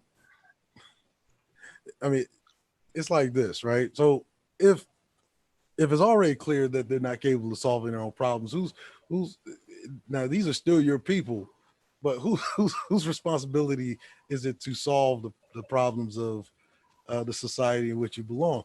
Is it the people who have already shown themselves incapable of solving those problems, or is it the responsibility fall on the people who have displayed responsible say behavior, if you will, right? Two things that are really happening. You have literally the war on Black people is literally targeted. War on Black boys has been going on like that since Nixon announced the war on drugs 1971. And what that did was that basically gave leeway for local police to target Black men the same way that we target people in countries we intend to destabilize, which are boys and men of arms bearing age. And so you have on one hand the poverty situation, which exacerbates dereliction, and then on the other hand you have for-profit prisons that actually encourage a political process in which it demands bodies being filled, whether those people be innocent or not. And then you have a completely undefended community, which are telling that they should solve their own problems, which they do not have the capacity to do, considering that these things had started in a previous generation when none of us were even around. And so these people have inherited this situation, and you told them they gotta solve it. They're incapable of solving it. If they were going to solve it, it would already been solved. It would have been solved So with the early Gen Xers. It would have been solved with the late boomers. so you're saying that this can be solved at It, all by the people who you intend to have them do it? it absolutely can be solved. It's like the burden falls on the willing and the responsible. Okay. So how can somebody be willing and responsible outside of the responsibility of those who form these families? Like, how does that work? Well, you gotta be family minded. But okay, okay, but what if you're family minded inside the house? I mean, I'm getting a lot of feedback. What's going on? Well, family is the core unit of all societies. Yeah, okay. Okay, so I'm family minded inside my own household. How do I affect someone who's independently creating families outside of my family mandate atmosphere? How do people who they were never trained to respect at all is supposed to overcompensate for their failures on my family? Like, how does that work? That's kind of been the burden of the well-to-do. There was even back in during the French Revolution, there was a term that they used was called noblesse oblige, the obligation of the nobility. the obligation of the will to do, to basically be a service to those who don't have that nobility. So you need a community of cleanup men to come up behind these women who don't respect those men from the first beginning in order to overcompensate for their lack of ability to create a family. I wouldn't say cleanup men. I mean, there's enough literally available women who don't even have children just to start fresh families with. Yeah, but if they've been trained under the same process and program as the same other people, I mean, how can we be able to do that? I mean, at some point, we have to be able to hold everybody who's considered equal within this environment to the same standard of everyone else. I mean, it's called advocacy, right? It's called advocacy. I remember when the recruiter, came to see me and my old man, at the house, and he was giving us all this vanilla shit, and he asked my pops if I could take a ride with him. Like, yeah, hop in the car. And this is where the real conversation takes place, right? It's like, look, I ain't gonna sell you on no bullshit. You're about to see the world. You're about to get a job. You could do any job according to your ASVAB. Not only that, you're gonna fucking fuck bitches all around the world, and you're gonna get this money. And the Navy's willing to pay you $50,000 just to sign up. That was the real conversation. See, we have to have the real conversation. The reason why I took sex out of the Great Faulkner Initiative, because I don't want sex to be the primary modus for people, black males especially, to join the military, because that's a quick way to railroad a lot of them. I mean, nobody joins the military for sex. They join the military to have a better life somewhere else. That's why I joined from Mississippi. There was no job prospects for me in the Mississippi Delta. That's why I went. I mean, the sex and all that stuff happened later on, but the actual failure of the government locally led me to go to the military.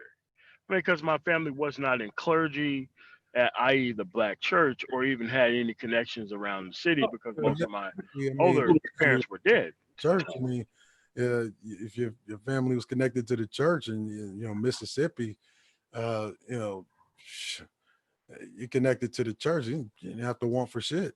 I mean. Yeah, but I'm saying that they were already dead by the time I became an adult. So parents, grandparents, especially parents, were dead for a while. So it's kind of like we're asking people to do something to redouble their efforts for people who haven't even done singular efforts in their own life. Like if we actually cared equally across the board about our future, we as people.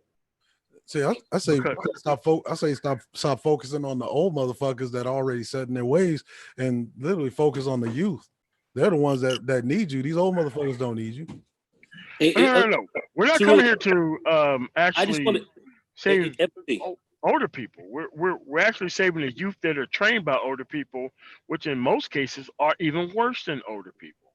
So I'm not sure how this is going to be able to work if we don't have any control. I just wanted to ask this, Cerulean, what policies, because we're talking policies as well, what policies do you feel coming out of, say, the Grey Faulkner Initiative, policies from a policy perspective in your initiative, do you feel needs to be put forward and put forward first, where we could have Black people really kind of move forward, kind of in lockstep, that we would think that would be good for everyone.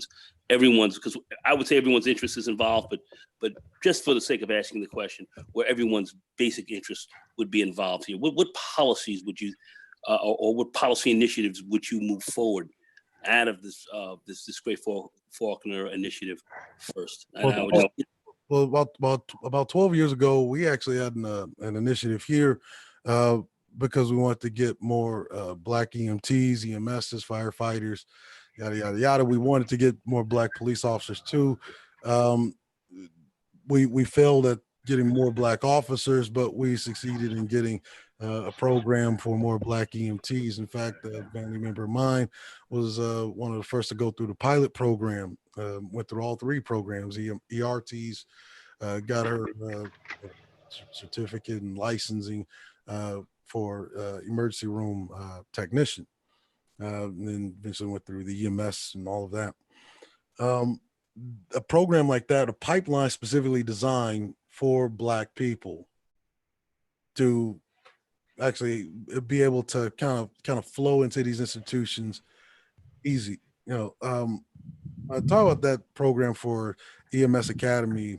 The federal government actually set aside money for our state to get more Black police officers. Like it can happen.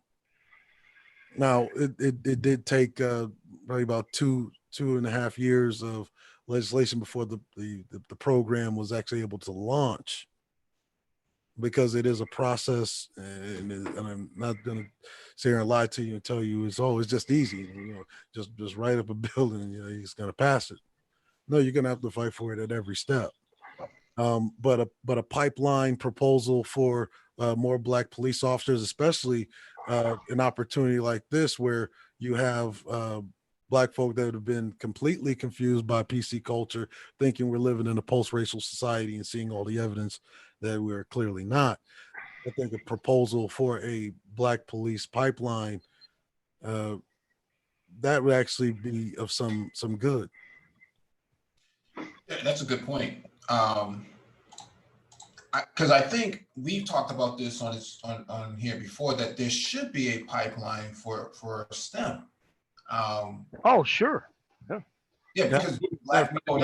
I'll even go as far as to say, in when it comes to STEM, because you have some STEM professionals, and because we know that Black STEM professionals, especially Black male STEM professionals, actually have a harder time staying in a lot of those STEM fields. A lot of them actually do a lot of the groundwork for a lot of the programs and apps and computer tech that you use right now, and have their ideas stolen, and then never working at another say firm again because they've been locked out.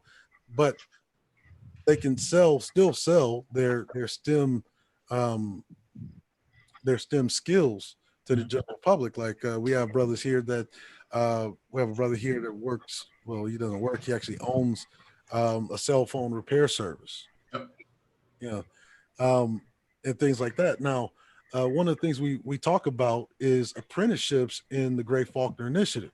Mm-hmm. Now, if some of these brothers can actually get organized enough where we can actually turn that, I think personally that every tradesman should at least try to take on at least one apprentice, for at least like a 2 or 3 year apprenticeship. Mm-hmm. Not only that, I also think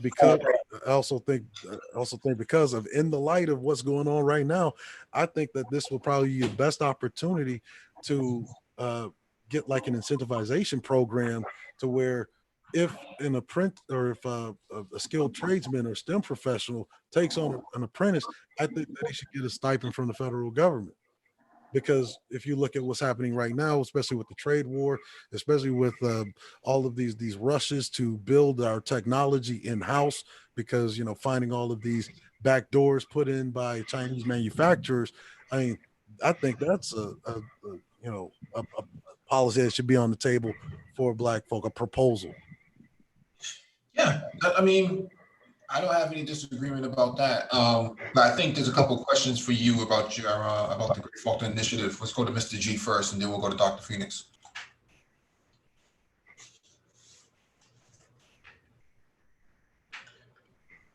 Hey, what's up, bro? How you doing? Good, bro. Yeah, I just want to make a couple points over what we were talking about earlier in regards to some of these situations where we have the police and some of these people online calling themselves Black Republican, quote unquote, who are spewing all these sort of rhetorics to pretty much capitalize on our Black pain. And I think as long as we have capitalism the way it is, some of these things will continue seeing, because everything that involves us Black people here in this country, Everything that involves without pain, without punishment, people get to capitalize on it. You have people, that have, they do have their own political point of view, and I understand, and I respect that. But you will be very stupid not to realize that some of these people, all they're doing is playing. They're playing their audience.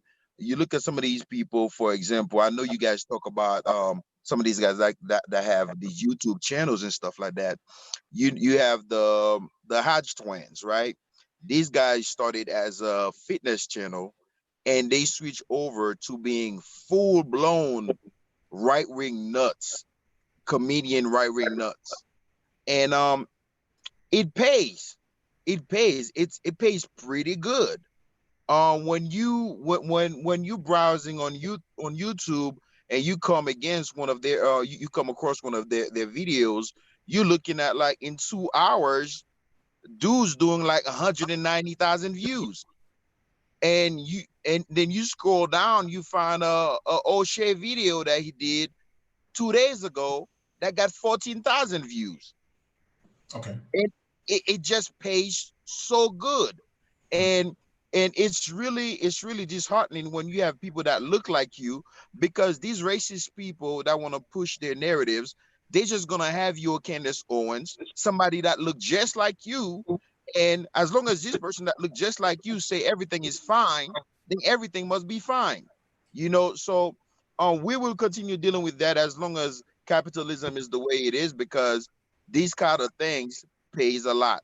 Another thing I wanted to say in regard to police brutality, I I I noticed some of the people, they just talking and dreaming about a certain circumstances where they think they can just go in police for in the police force just by joining them. That alone, just having black presence in there, you think that's going to change stuff. That's not true, and that's not reality. Because we have people that go in the military. The military is an established institution. I was in the military, I was in the Air Force. It's an established institution. Ain't nobody coming out of wherever they coming from to change the established institution. This is why you see some people, they're saying the police need to be reformed or get abolished. All right, let's go to Dr. Phoenix, got his hand raised.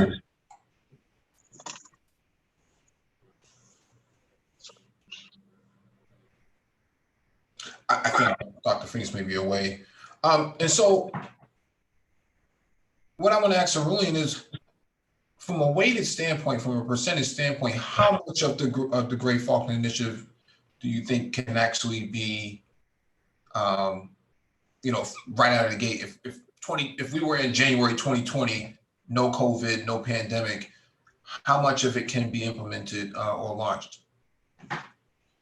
We get full participation in advocacy. Mhm. I mean, we could have.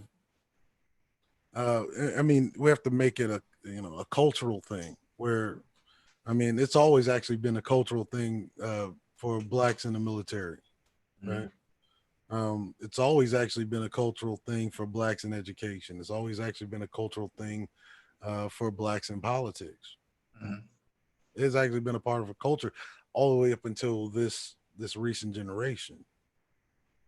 So and what the brother just said, is indicative of kind of the neo pro black rhetoric that I hear so much. It's just like you can tell me about black Republicans and black conservatives and black liberals, Democrats, and what have you. All of it's just neoliberalism, just like rehashed to you. Uh, who has who gets the benefit, right, of you avoiding American institutions like the police? So you're telling me that you think it'll be safe for any black man, woman, or child with white males completely having a monopoly over the police force? You think it's going to be safe for any black man, woman, or child with white males or any other non-black group of males to have a complete monopoly over the military? is utterly absurd. I talked about the system, bro. No, well, they are part of the system, and as much as you talk about the system, you're every bit as much a part of the system because you don't make your own money. You are inseparably tied to the economy of America unless you spend your money in J-Bucks. Do you have a J-Buck printer? All right. See, this is the type of mentality that Black folk have had to deal with because when the leadership of the old civil rights regime and the Black Panther Party regime, whenever those people were taken out, what it did was it scattered the masses and they started doing their own thing, and it allowed these charlatans to come up and then tell you this new type of pro-Blackness, which is really don't do anything. It's really just another sense of conformity, because you don't want to do what's necessary to actually get you out of a situation. Now, how is it that we use these same institutions to free ourselves from slavery? How is it that we use these same institutions to thwart Jim Crow? That's the same institution that feed the school to prison pipeline. That's the same institution that's used when the black man goes in there. He has the same brain. He becomes it's the same institution that guarantees the value of the currency that you spend whenever you go to a market and have some kind of reasonable expectation that what money is in your pocket will buy the things that you desire. Okay, well, I got a question. Given everything that you just said, how is what you're advising not another system of compromise for us to do exactly what they want? Is to clean up after their mistakes. Everything is a compromise. It's a dirty job, but somebody's got to do it. Might as well be the men, right? And it has to be the men. So what can you guarantee for people going into these actual communities and actually trying to rescue people from decisions that they freely made on their own? Like, what do you have for the men who actually done it right? Well, like, I'm not telling you to put Sarah McLachlan on in the background and, play Arms of the Angel and come in there with only 80 cents a day. You can save this poor black child. No, I'm not telling you to do that. I'm just telling you to be an advocate to guide black men. So would you rather like, Lil Jon and the East Side Boys? Like, you got something? Yeah. What I'm saying is be an advocate, because I talk about this in the Great Faulkner Initiative. Most black boys have no clue about trades or trade unions until they're after, far outside of high school. They don't even have any idea. I wonder who picked their dads. Like, you keep trying to leave the women out of the decision-making process at the first beginning, but they're the first line of defense. This is where we are. Well, it's not supposed to be true. You're the first line of defense, and if you go derelict, guess what? Afterwards, I'm derelict because I don't want to clean up after other people. What about the women who are derelict by choosing derelict men? Like, it's like this, right? If men are the first and last line of defense, they always have been. Now, if you're not a family-minded man and you go derelict after you created a child that you didn't want because of the woman that you chose, and look, you go derelict, now you're leaving this woman to inherit that baggage that you left behind.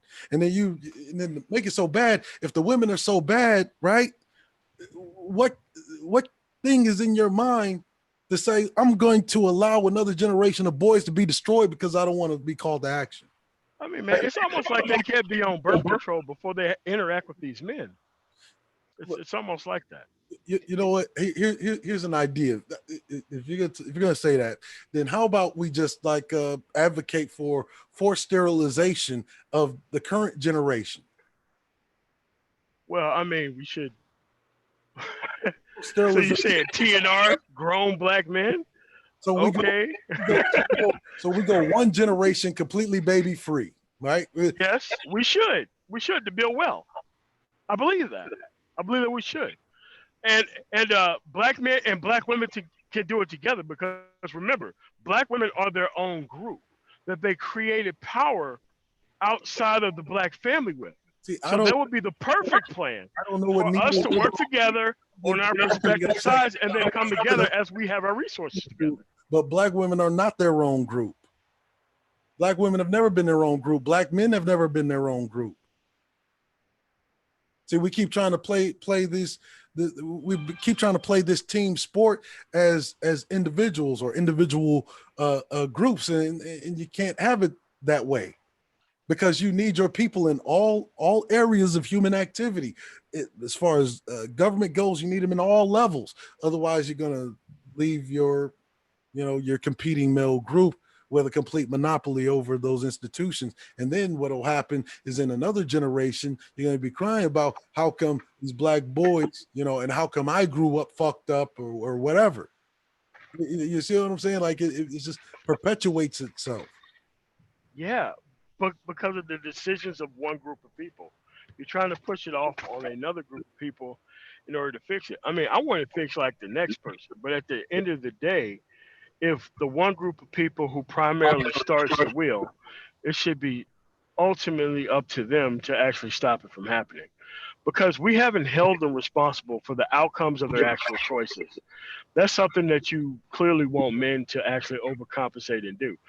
I believe in your actual initiative. I just don't believe that the men who've done it right should be coming down to the men who they freely pick, who they respect, because they're trying to maintain their own environment, which is why they pick those people in the first place. There's a specific goal here to maintain the BOD. You know what I'm saying? The bag of you know what. So it's kind of like we're trying to clean up a problem with the later generation of another group of people that's not the people who started the problem in the first place. So it's like you're putting the whole onus on another group of men to do the now two generations of men's responsibilities in their life. So when do those people get to enjoy their life? I mean, you want the ultimate respect, you got to take the ultimate responsibility. I mean, we understand this whenever we talk the stock market. We know this when we're talking Bitcoin and blockchain. And some when it comes to basically the future of black society, we suddenly kind of absent-minded about this. When have in American history that you can point to that any other group of people who's had to take the responsibility of the deliberate irresponsibility of their women against the men anywhere in the world and it worked out well?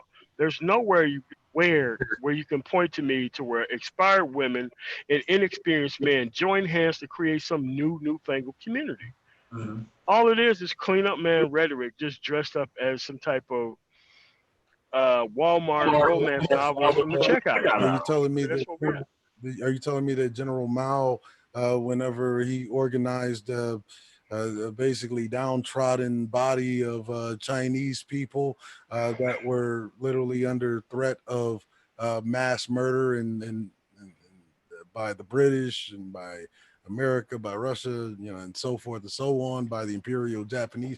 You're telling me that a person like General Mao, he just encouraged Chinese men to be cleanup men, or did he just encourage? I mean, did you read the Little Red Book? There's a reason why it's the most sold book on the planet. He was meant to be ultimately overwhelmingly ruthless with his enemies.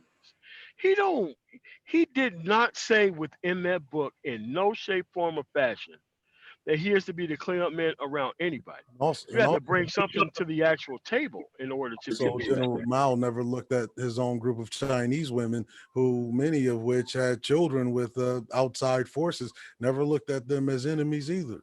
In fact, what he did was he used those children to be a part of his enforcement arm, his military arm. So when they were cooperating with them, boys, when they were cooperating, cleanup man. Yeah, but Cerulean, back in my book, it's called being a fucking hero. Yes, but Cerulean Mao also, he didn't go to them and ask them, "Can you sit down and listen to what I have to say?" He told them, "You either do what you guys do, what I tell you to do, or you're out." I actually, period. Just out of urgency, I used to actually take that route, right? And people used to actually, I was actually one of the most hated people on YouTube just because people thought that I was too despotic. Mm-hmm. See, I don't want to be despotic with black folk. I really don't want to beat up on the men. I don't want to beat up on the women. I really want you to fucking cooperate for a better outcome for, the future. Don't do it for yourself. Don't do it because, oh, you want to be a fucking cleanup man. Do it because I mean, but who do we currently don't have the input of to get this done? Yeah.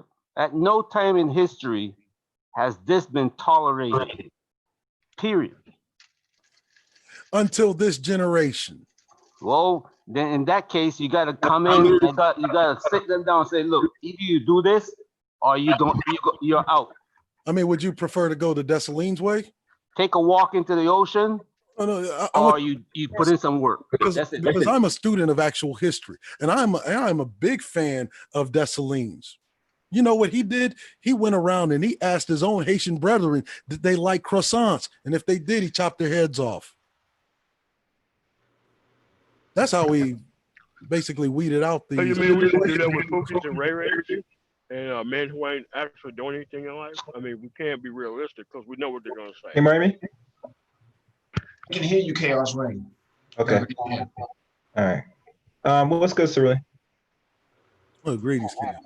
You know, it's interesting that you mentioned. Chaos. Two people, Yeah. two people ahead of you. Okay, let me mute myself. Yeah. I just want to make sure that we're on the same page, because I agree with both sides. The cleanup man, ends up being somebody that usually is not highly regarded in the community. Does need some form of heroship to take place, or heroism to take place. And so, Unless you tell me that General Mao was a cleanup man, and he was far from it. yeah. So Cerulean, how do you find a balance then? According to these brothers' question about that, how do you find a balance in the Great Faulkner Initiative and the heroism that needs to take place? I mean, here's reality: 2 in 10 black males actually die before the age of 5. Mm-hmm. 1 in 3 black males will either be incarcerated or be on some kind of papers by the age of 25. And it's not because they're inherently criminals, because this is some kind of agenda to target or create revenue for states using for-profit prisons.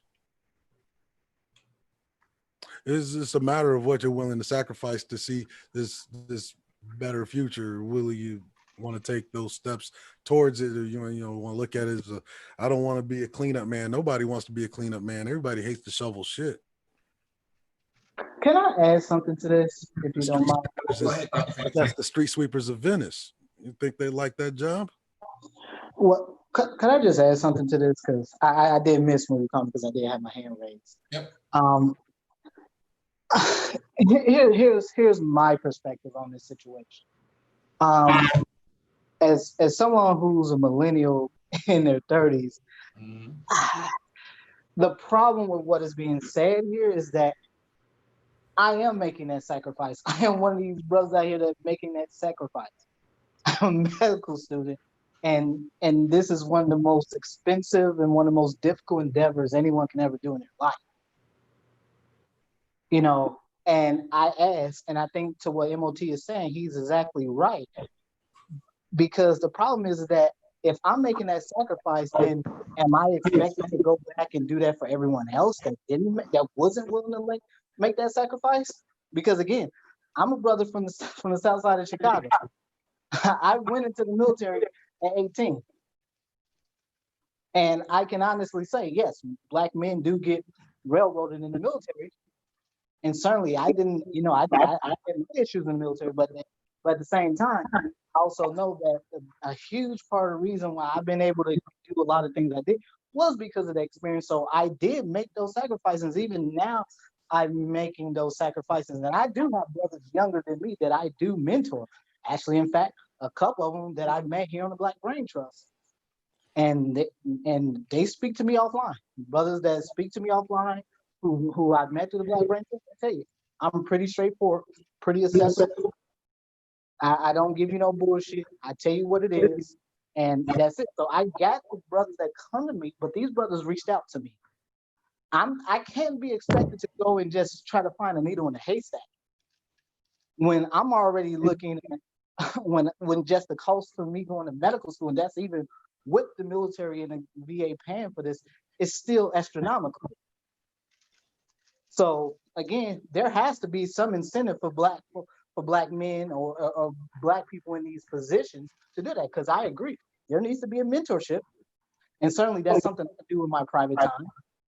But the folks that I mentor are folks who've already demonstrated that, you know, they want to be mentored. I think where people getting mixed up is that they think that I'm trying to create some kind of utopia where everybody can be saved. I don't believe in participation trophies. Well, again, I think that's a lot of the rhetoric that gets put out here for brothers who have made those sacrifices. You know, and I think that's going to what MOT is speaking about. There are certain amounts of us. Not everybody is going to go into the military. I totally accept that as a fact. That's a given. The Great Faulkner Initiative, we make it very clear that not everyone is fit or well adjusted enough to be in the military. I mean, we make these things clear step by step. I also believe mentorship is one of those things that has to be demonstrated on the other end. It's not just the person who has the ability to provide the mentorship. It has to be the student, the mentee, that has to show that they're willing to be mentored. Because I've had brothers come to me that, yeah, when you have a real conversation with me and we sit down and take a real hard look at your life, like there's some real sacrifices you're gonna have to make. And when it really comes down to that, a lot of brothers can't make that sacrifice. You can't put aside chasing ass to say, well, I want to do this or I want to do that. Because again, to what you guys were speaking about earlier about pipeline, I've talked about pipelines so much on this platform. Since Mike and Complex have been having me on here as a contributor, I've talked so many times about having a pipeline for Black men in medicine and healthcare. Again, you have Black women almost outnumber Black men 2-to-1 as physicians. Yes. You'd be lucky if you look at the current stats and you find almost 2% of education, Black men. Yep. You have damn near 4% of all physicians are Black women versus somewhere around 1.5, almost 2% of Black men. So you're looking at a scenario where even if you see how these pipelines how people get into these pipeline programs, specifically Black people and Black women, you'll see that these pipeline programs specifically target Black women more so than they target Black men. But again, when I talk to brothers about, and they're brothers that I know right now that have been talking to me for almost a year, and they'll tell you, I've been walking through them through this whole process step by step about getting to medical school, and they will tell you this shit is hard. It's not for the faint of heart. And when I sit down and have these conversations with brothers, a lot of brothers can't accept this is what it takes. Hey, see, my thing is this: like, I'm not telling you to go out and save the fucking world, okay? The thing that we're having an issue with is clearly bolstering our numbers as Black men, okay? The thing is, can you save one? Because I think if you can save one, I think you did your fucking job. I believe the proliferation of this tremendous burden that we do have to undertake. I got 3 that I'm working with right now. And they'll tell you, I sit here and guide them step by step.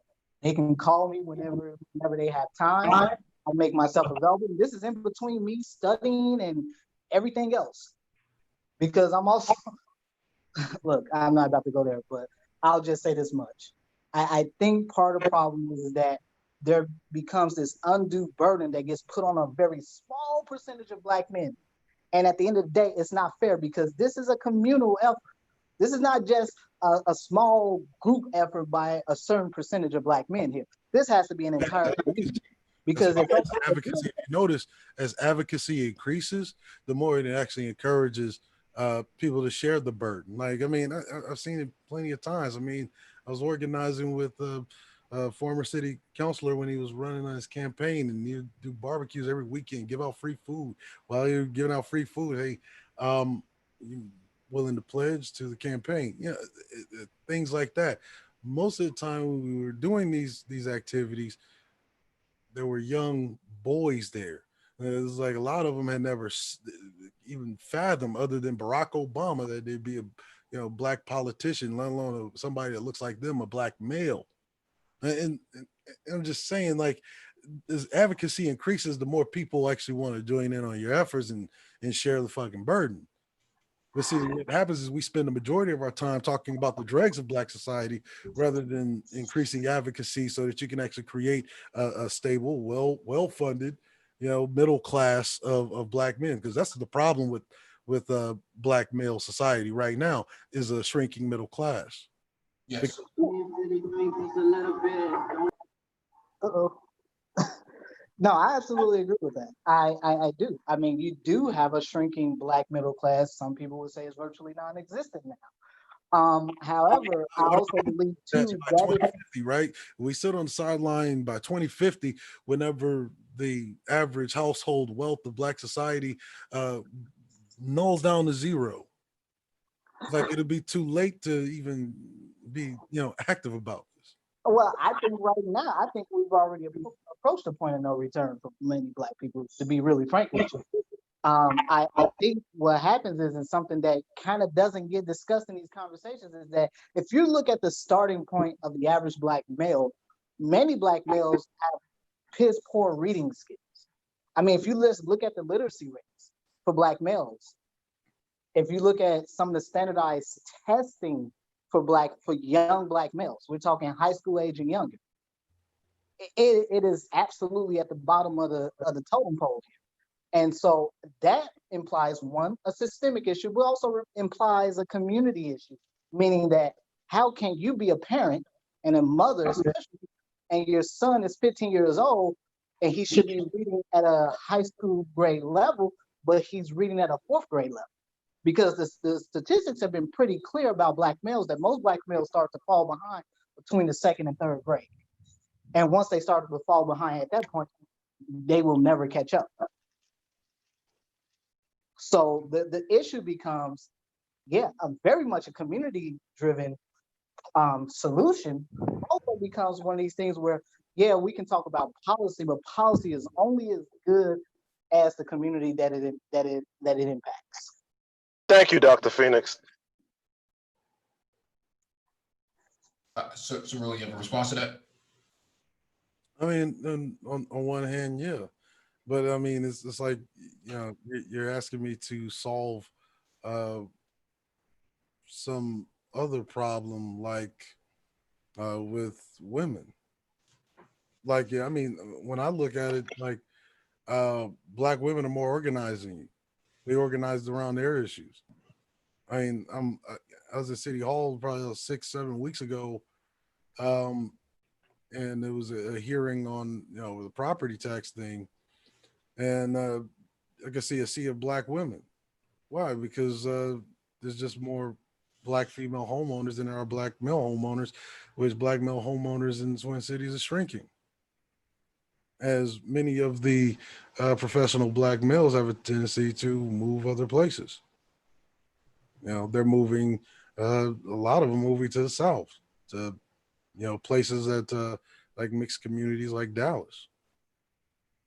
Yeah. And I think that Black flight, that reverse Black flight you've seen, I think is across the board, because I think, it's long been known, but I think in recent years, the secret is really out the north and the Midwest specifically, where, people thought there was a place of opportunity, and it really isn't for many folks, for most Black people, you can argue. And so, I think that's a huge thing that is driving this reverse migration you see back into the southern states and such like that. And I just want to be something clear. I do believe that sex is part and parcel for what is going on in the community. It is very much, we had this conversation when I talked about maternal child health and the maternal mortality rates among among Black women being the highest of all groups of women. Mm-hmm. And the adherence to simple things like breastfeeding, how most Black women don't breastfeed. So I've had these conversations. So yes, sex is a huge part of what ails Black society. So I think it would be kind of unreasonable for us to kind of decouple that aspect from the conversation. I think very much who you choose to have children with very much has been very much studied, and the statistics around it have been very clear. It does matter. The folks that we see running like the tech industry, these are offspring of people who came from well-to-do families who were working professionals. Mark Zuckerberg, father was a dentist. Father gave him the 250 grand. Then he turned around and gave his father equity in Facebook. And now his father's a millionaire many times over. So you look at folks like, all thanks to the government. I mean, yes, government helps. We already know government funds a lot of stuff. It funds those Superdomes you see in Atlanta, that Mercedes-Benz Superdome you can see from 85. Absolutely. Look, the mission around the Great Faulkner Initiative is to swell the black middle class. When you look at the professions that are within the Great Faulkner Initiative, again, these are the institutions where the majority of America's wealth is being funneled into. And so in order to trap that money, you need to be in those institutions. That swells a black middle class. What do you think the impact of a larger black middle class is, as opposed to where we are now? I mean, I don't think that's even up for discussion as far as I'm concerned. I mean, is long been known and proven through studies that, again, as people attain more wealth, their quality of life goes up. You make better eating choices. You make better lifestyle choices. You don't engage in that. And more importantly, people who have more money, who are more educated, because that becomes part of that, tend to have fewer children. And so that fundamentally explains why you see other groups of people where family planning becomes a major focus of pairing in relationships. Well, and sort of I really compare black folks to other families that we end up with in black society, where you have multiples of black women who have children by the same black male. I don't really like to compare black people to other groups of people because, I mean, you name me a group of people and I'll name you, a welfare case, and it doesn't matter if it's the Asians, doesn't matter if it's the Latinos, doesn't matter if it's the Hmong, Lao, it doesn't matter if it's Vietnamese or whatever, and especially if it doesn't matter if they're white. You name me another group of people and I'll name you a welfare case. Yeah, but I think that's disingenuous because we do have problems. Yeah, we do. We do have problems. One of the major problems that we have is that we're the only group of people that have had to pull themselves up by their own bootstraps, while everybody else is getting well funded by the government. And we're sitting around here whenever we demand that the government do something for us, we're told to stop asking for handouts. I don't think anybody is debating that. I think we all agree that, yes, black people are the only group of people that have been asked to pull themselves up by bootstraps. When I'm saying specifically, if the onus is being put on black males, isn't it also fair to say that the bootstrap argument has been something that, for black males in particular, black males are crippled on all ends, not just by these systemic through policies that have caused these black men, but they also, man, it's an uphill battle. It's an uphill battle. We know it's an uphill battle. It's a shitty job, but somebody's got to do it. Somebody's got to initiate. I mean, that's all. Yes, I mean, we can't complain in this generation about that's this. what I'm saying. But that's a very hard sell to brothers my age and younger. In my group, millennials and folks, that's a very hard sell. Especially me, who's in the kind of position I'm in, where, yeah, being in healthcare, having debt, we're talking hundreds of thousands of dollars of debt. Unless black folks can find a way to where you can fund those kinds of brothers through those kinds of programs, black folks got a very hard uphill battle. Because I mean, again, we can talk about policy, but that has to be a community effort. I don't know not a single medical student that isn't black.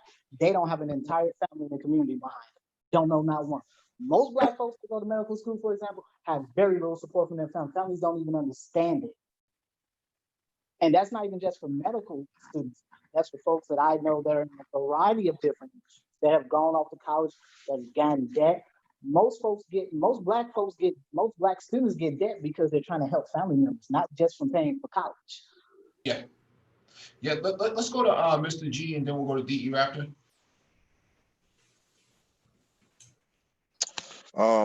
Yeah, I don't have much to say, man. I think some other people have some other things to say, but I think people kind of are losing sight on how these systems are built, how things are tied up within each other, and the dream that the minority of us decent, well, I won't say decent to be self-centered, but just okay black men, upholding our responsibility, are going to be able to change. Now we can do something to contribute, but to actually think you're going to change this whole shift that we have, just the same way that I do think we're not going back to the days of women being in the kitchen, not going to school, getting degrees, becoming doctors and shit like that. Like, we're not going back to that. And the whole conversation about nuclear family is nice and all. I mean, I'm a single black man. I want that same thing too, but at some point in time, you got to realize that, things are what they are, man. And you just do your best to just keep on going with life, man. That's all you can do for yourself. All right, let's go to DE Raptor. Like me, I'm wholeheartedly behind Cerulean and Mr. Faulkner's ideas. Seriously, I'm my thinking, and it will help us. But from what I've seen, we as black men have to do it ourselves. We're not going to say, well, you know what, we're going to build something and then they will come. And when they come, we're going to accept them wholeheartedly. I ain't going to do that anymore. Seriously, that's over with. I'm teaching my sons not to do that crap. You see, and that's the thing about it. I'm not asking anybody to do that. To be like, yeah, come on in and fuck up my shit. If you let me like yeah, man. No. I want you to be a part of the process to develop more men like ourselves. Well, I agree with you there. See, well, I'd be an example. Let me tell you, I used to work on aircraft, and I moved up. Anyway, in the school my son used to go to, occasionally I give a talk to the kids about, you should become a pilot. You should be in aviation. Because I'm watching pilots making $170,000 after about 5-10 years. These guys are pulling down $20,000 a month. They're not guys who had businesses. Seriously, I know guys who are millionaires that had businesses on the side, and they were flying 747, 777. They're doing it for 1 week, and for the other 3 weeks of the month, they're running their own business. Sometimes get black kids into that, and I'm getting resistance from the people who I'm talking to, their sons. And I noticed that down the line. I see that. So when I start seeing that stuff, I say, you know what? My sons can't be like this. So your sons, you got to take them. By all means, take your sons. By any means necessary. If you got to go to court, spend every penny that you got to get your sons into your house, that's what you got to do. And if you find one kid that is willing to say, you know what, I'm giving up everything to be like you, I will take him. I'll try to talk to his mother about giving him up. But after a while, I say, you know what, you have to make a choice. You either stay with your mom. If you're like 17, 16, you want to stay with your mom, you stay. If you want to come with me, you come with me. You're going to get everything that you need to become a man. So I agree with you, Cerulean, and I believe that we got to take the men, the young boys, and we have to take them by any means necessary. The ones that want to stay, let them stay. But the ones that want to become something. I see a lot of guys in here that have jobs already, truck drivers, and they're trying to get into the coding and all that kind of stuff. They come here to brain trust, and these guys are working hard on the side, and they're building up their own businesses. So they got 2, 3 jobs that they're working at just to make ends meet, and that's the kind of man that I like. These are the kinds of guys who are going to come out ahead and leave the rest behind. So I agree with you, but take all those who are going to do something and leave the rest behind. All right, let's go to Complex.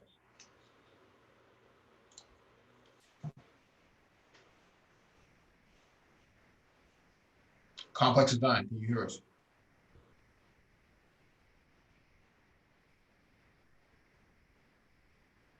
You there, Mike? Yeah. I think Complex is, I think he's having some. Complex probably still doing the grind, but he's probably still working. Might be blowing the ball. Let's go to Idrissa. Could I just say something really quickly? Oh, go ahead. I don't want to. Sorry about that, Idrissa, but No, I you're want to make cool. something really clear. I agree with what the brothers Cerulean Grey is saying about the need to create more, to put more Black people in the middle. I absolutely agree with that. I think the disconnect here is just simply that who's being asked to make that sacrifice. I think that's the problem.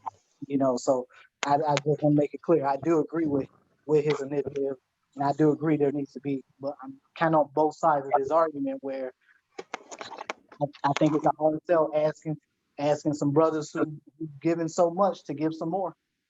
I think that's a really hard sell. I mean, I want to make it clear, man. I'm not trying to sell anybody anything. I'm just asking if you're going to be a part of the process to create more Black men that are overly mobile, stable, productive. I mean, if you could save one, I think, in my opinion, that you've done your job. Mm-hmm. You see what I'm saying? Like, and I don't know, like y'all, like, this ain't about no bitches. I'm not telling you to do this for no fucking bitches. Absolutely. You see what I'm saying? Like, you talked about the survival of a race. But how can we come to an anthropological understanding that it has only been throughout history that men have laid the foundation to build society?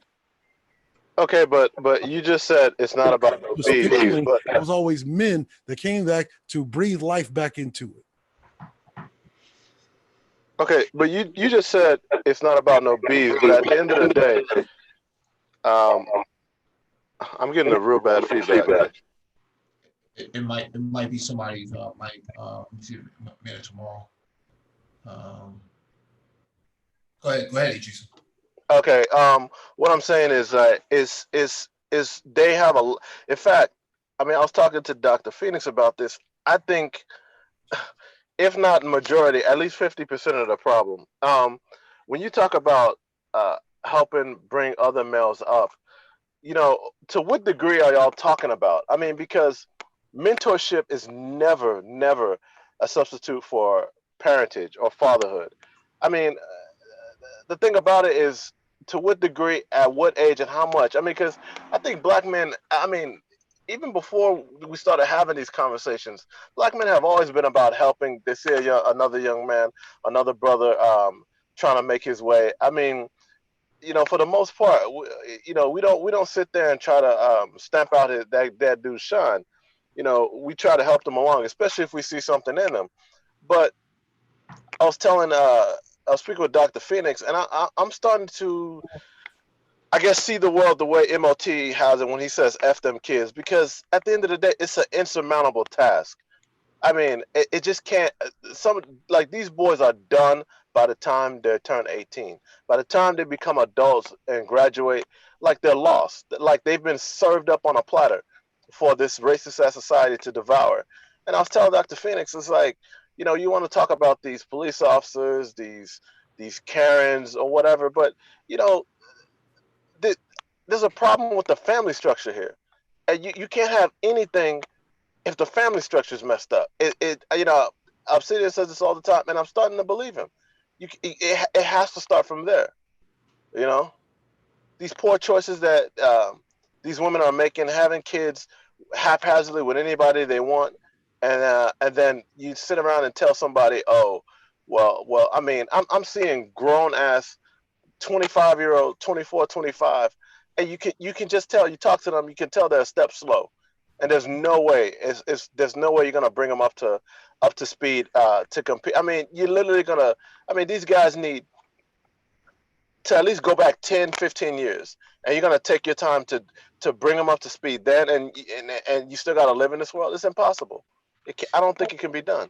I think it can be done. I disagree with you, G. So I think it can be done. I think that in certain areas, to what you're saying is more of an extreme. No, it's not. It is not.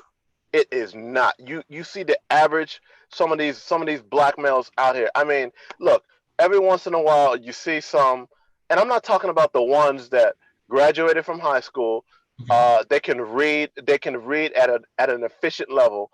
I don't want to say the majority, but I think a decent sized number of us are coming out into the world. We can't read. We lack critical thinking skills.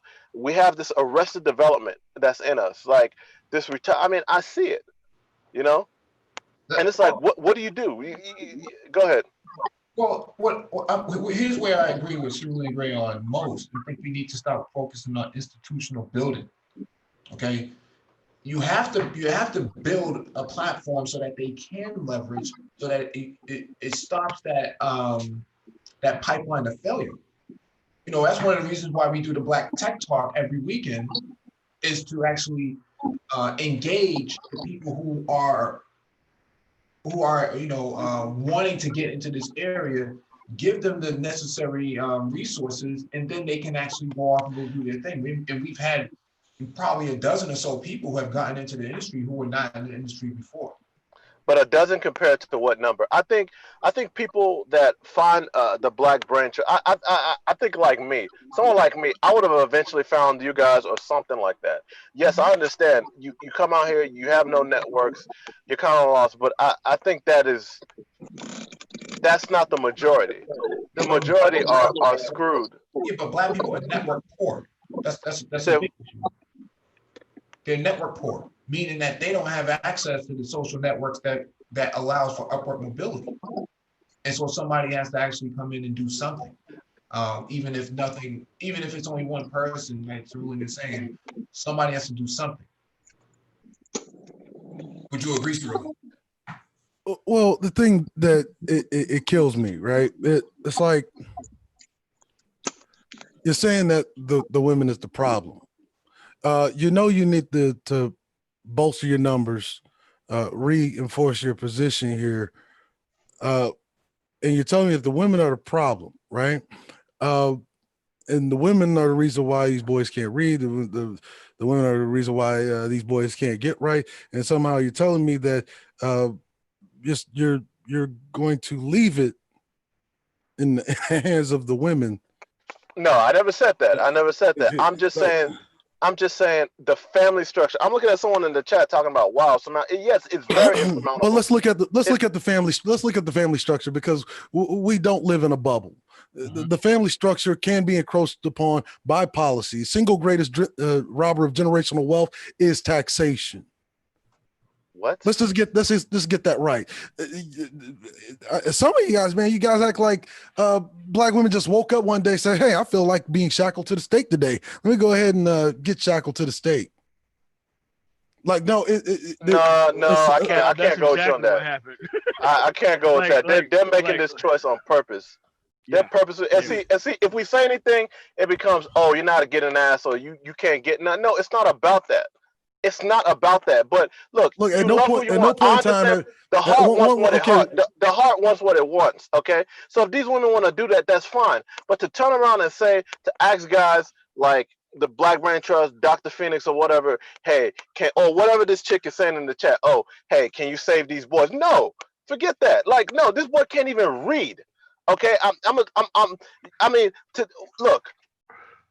In this global economy we live in, this very competitive world, you want to talk about coding, IT, finance, whatever. This boy can't even read. So I have to take time.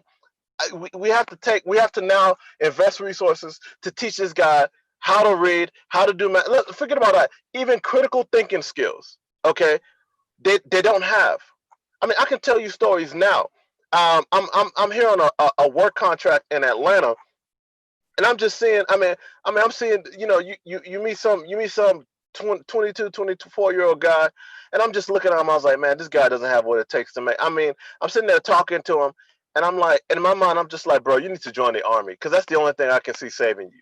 You gotta join the military. And I never joined the military. I wasn't even pro-military. But once I started meeting all these people from the military, I was like, man, this is the only thing that can save you because you are messed. This kid was messed up from the jump. Like, So I thought you joined the Salvation Army at one point. Right. you got jokes, Mike. Whatever, bro. No. He's a- I marched in there with my Aldos on, and they made me take it off. So yeah. Hey, but you know, a lot of people like the system the way it is. I think that's one of the things that we do see. Yeah, there's some guys who like it, and there are plenty of women who do like things the way they are because it plays more to what they kind of want and how they want to kind of play things, and leaves them in a more quote unquote power position, even though it isn't. But they don't care. They don't care. Even though it isn't, but we certainly can see, a lot of the thinking, and they are in savage competition with you. I've been very disturbed at some of the stuff I've seen over these last couple of weeks about black women coming out. Black men are not taking the front thing on these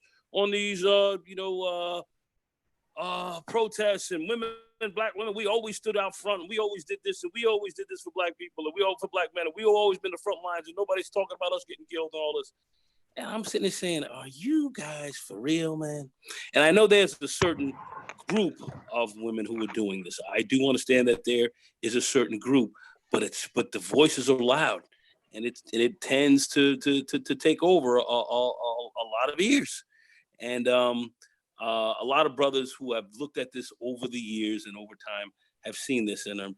And like I said, this is a hard sell. It's gonna be a hard sell to push a lot of brothers to come in here and take over on certain kind of things. A lot of brothers are gonna, like I'm seeing, a lot of brothers are not having kids. They're cutting back on that, so they're not having kids. A lot of brothers are certainly paying for it because we've got over $1.5 billion paid in child support over the last in 2018. So brothers are paying. They're paying for these kids. That's for damn sure.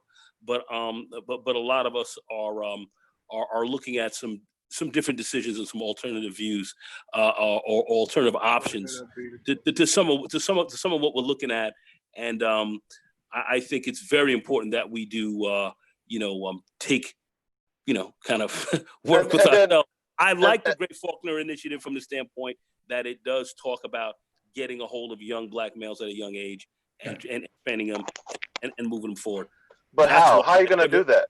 How are you going to get at a young age? I just want to say, but that's one thing. That's why I never had any criticism for his plan. It's not perfect. It's definitely not.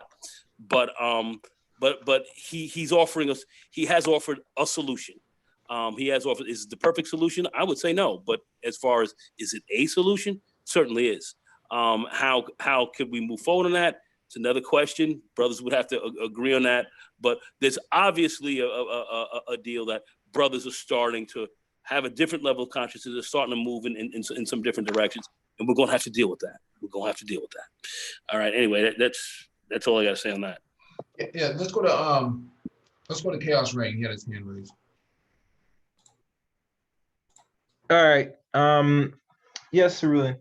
It's good to see you again up here. I have to agree with the other guy. I think it's Raptor about black men going to have to take full possession of their children, especially the boys, if they want a real shot to really turn this around.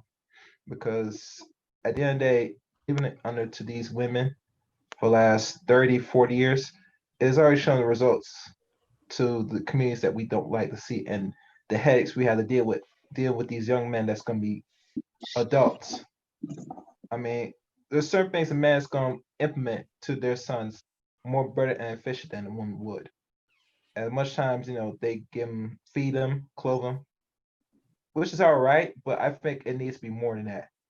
And to find that our sons are not even up to level and the struggles to even try to catch up, you're going to have a hard time catching up especially if they're a certain age. And that's the whole purpose of the school system now. They're really trying, what's the best word? Take out the competition in regards educating people, Weeding kids. them out.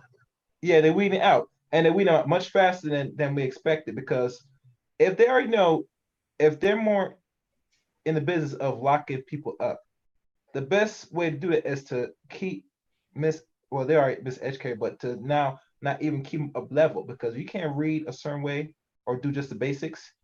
The only thing you're going to be left with is to go for crime. And this is where they want it. So it's going to be the efforts of not many black men, but just enough to really turn this around.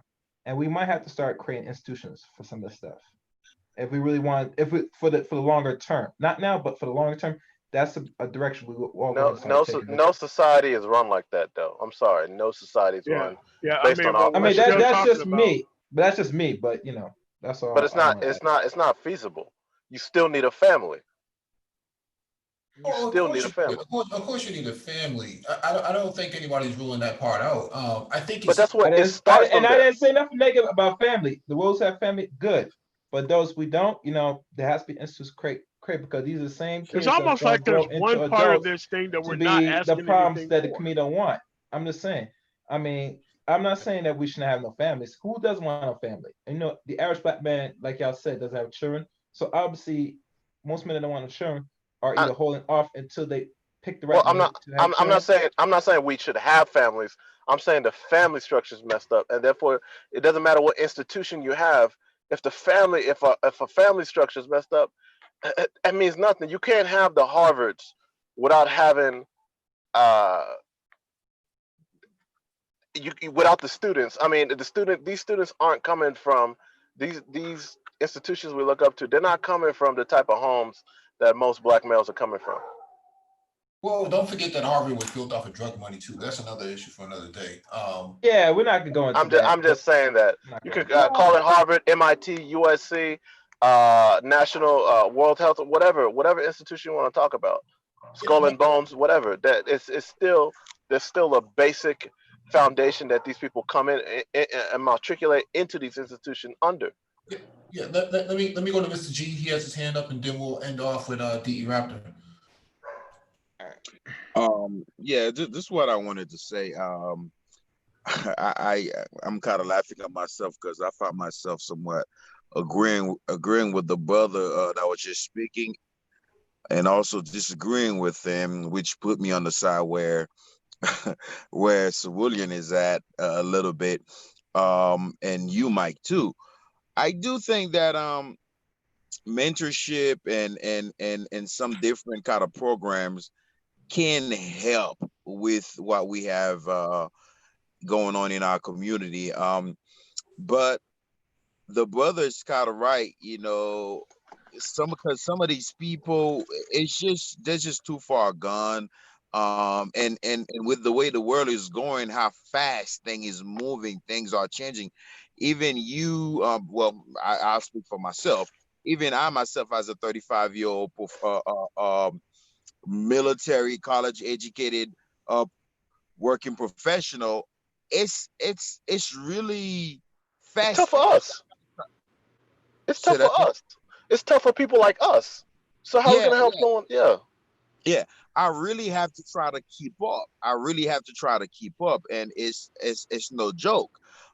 So I understand what he's saying, because when you look at a child, how a child is raised, I remember my father, he used to always say this, right? Whenever he see parents who were not really on their game, were not really doing their job, and their kids were just however their kids wanted to be, whether it's their behavior or their grades in school, my father always say this: you cannot give what you don't have. You cannot give what you don't have. So when you have a parent who's not educated or who doesn't have the minimum, they're not going to be able to at least give the minimum. They're not, you know. So it's a very dynamic problem. I do think that we could do some things, us responsible men, we could mentor some young men, But at the same time, some of these guys, they're already too far gone. I'm gonna say this, then I'm finished. I remember when I first moved to Jacksonville, Florida, and I was going to college. I had just gotten out of active duty, and I was in the reserve. And I'm like, you know what? I'm gonna volunteer in the community. I'm going to do some things in the community. What I wanted to do was go out and help people and shit like that, right? Help young men. And there was a little program at the community college where I started going at, where they had GD classes and things of that nature. And they asked me if I want to come and help some people and things of that nature. And that experience really left, is still in my memory. I remember seeing grown ass dudes, like dudes older than me. I'm teaching them how to read. You know what I'm saying? Even though English is like my second, third language, I'm teaching these people how to read. And these are like grown men, much older than me. And these are things that's happening in the community. And some of these people, you're not going to be able to reach them. And if you really want to see if you can reach these people, like think of the many times you've had a conversation with some of these people, right? Where you will say something, you will draw an analogy. And the motherfucker will be like, oh, you just talking about me? You just talking about me? And they take it real personal. And you can see, as the brother was saying, their analytical skills, their Gone. critical thinking skills Nothing. is just not up to par at all. Can I Something say that should have this? been developed when they're in grade school. They don't have it. Let me say this, guys. I'm going to say this. My great grandfather, great grandfather, his father was a Civil War veteran, but he came out. He was in the clergy, and he was teaching in the church, and he had what was called the blueback speller by Noah Webster, and this is an old book. I think it was first printed in 1824. And black men were coming out of slavery. Black men who were coming out of slavery. Black men who were coming out of coming literally out of the army and so forth. They were coming out there, and they didn't know how to spell. They were coming out reading. They had no idea how to spell, read. They couldn't do shit.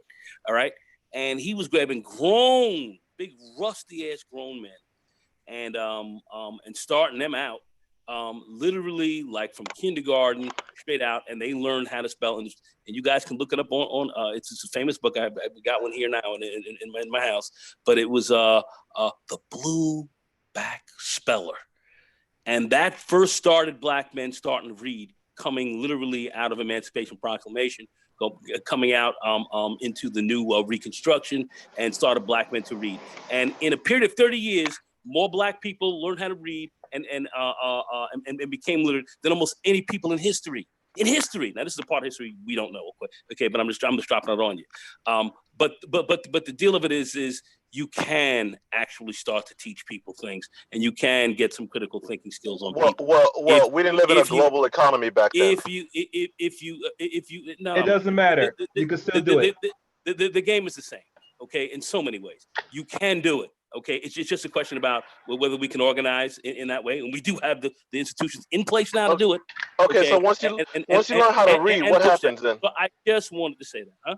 Say that again. Okay, but think about learning how to read. That's like, okay, now you learn how to read. You know what that places you? That places you at the starting line of the Boston Marathon, while everybody's damn near started hours ago. What I'm saying is if we go from a metaphorical perspective and we take a look at people who were learning how to read back then, who many of these people had come out of chattel slavery, 15 years before. I mean, these people were essentially just animals, as far as beasts of burden. As far as that was concerned, these people were considered to be the most ignorant folks on earth, and that turned out not to be the truth. And what happened was, here we are today.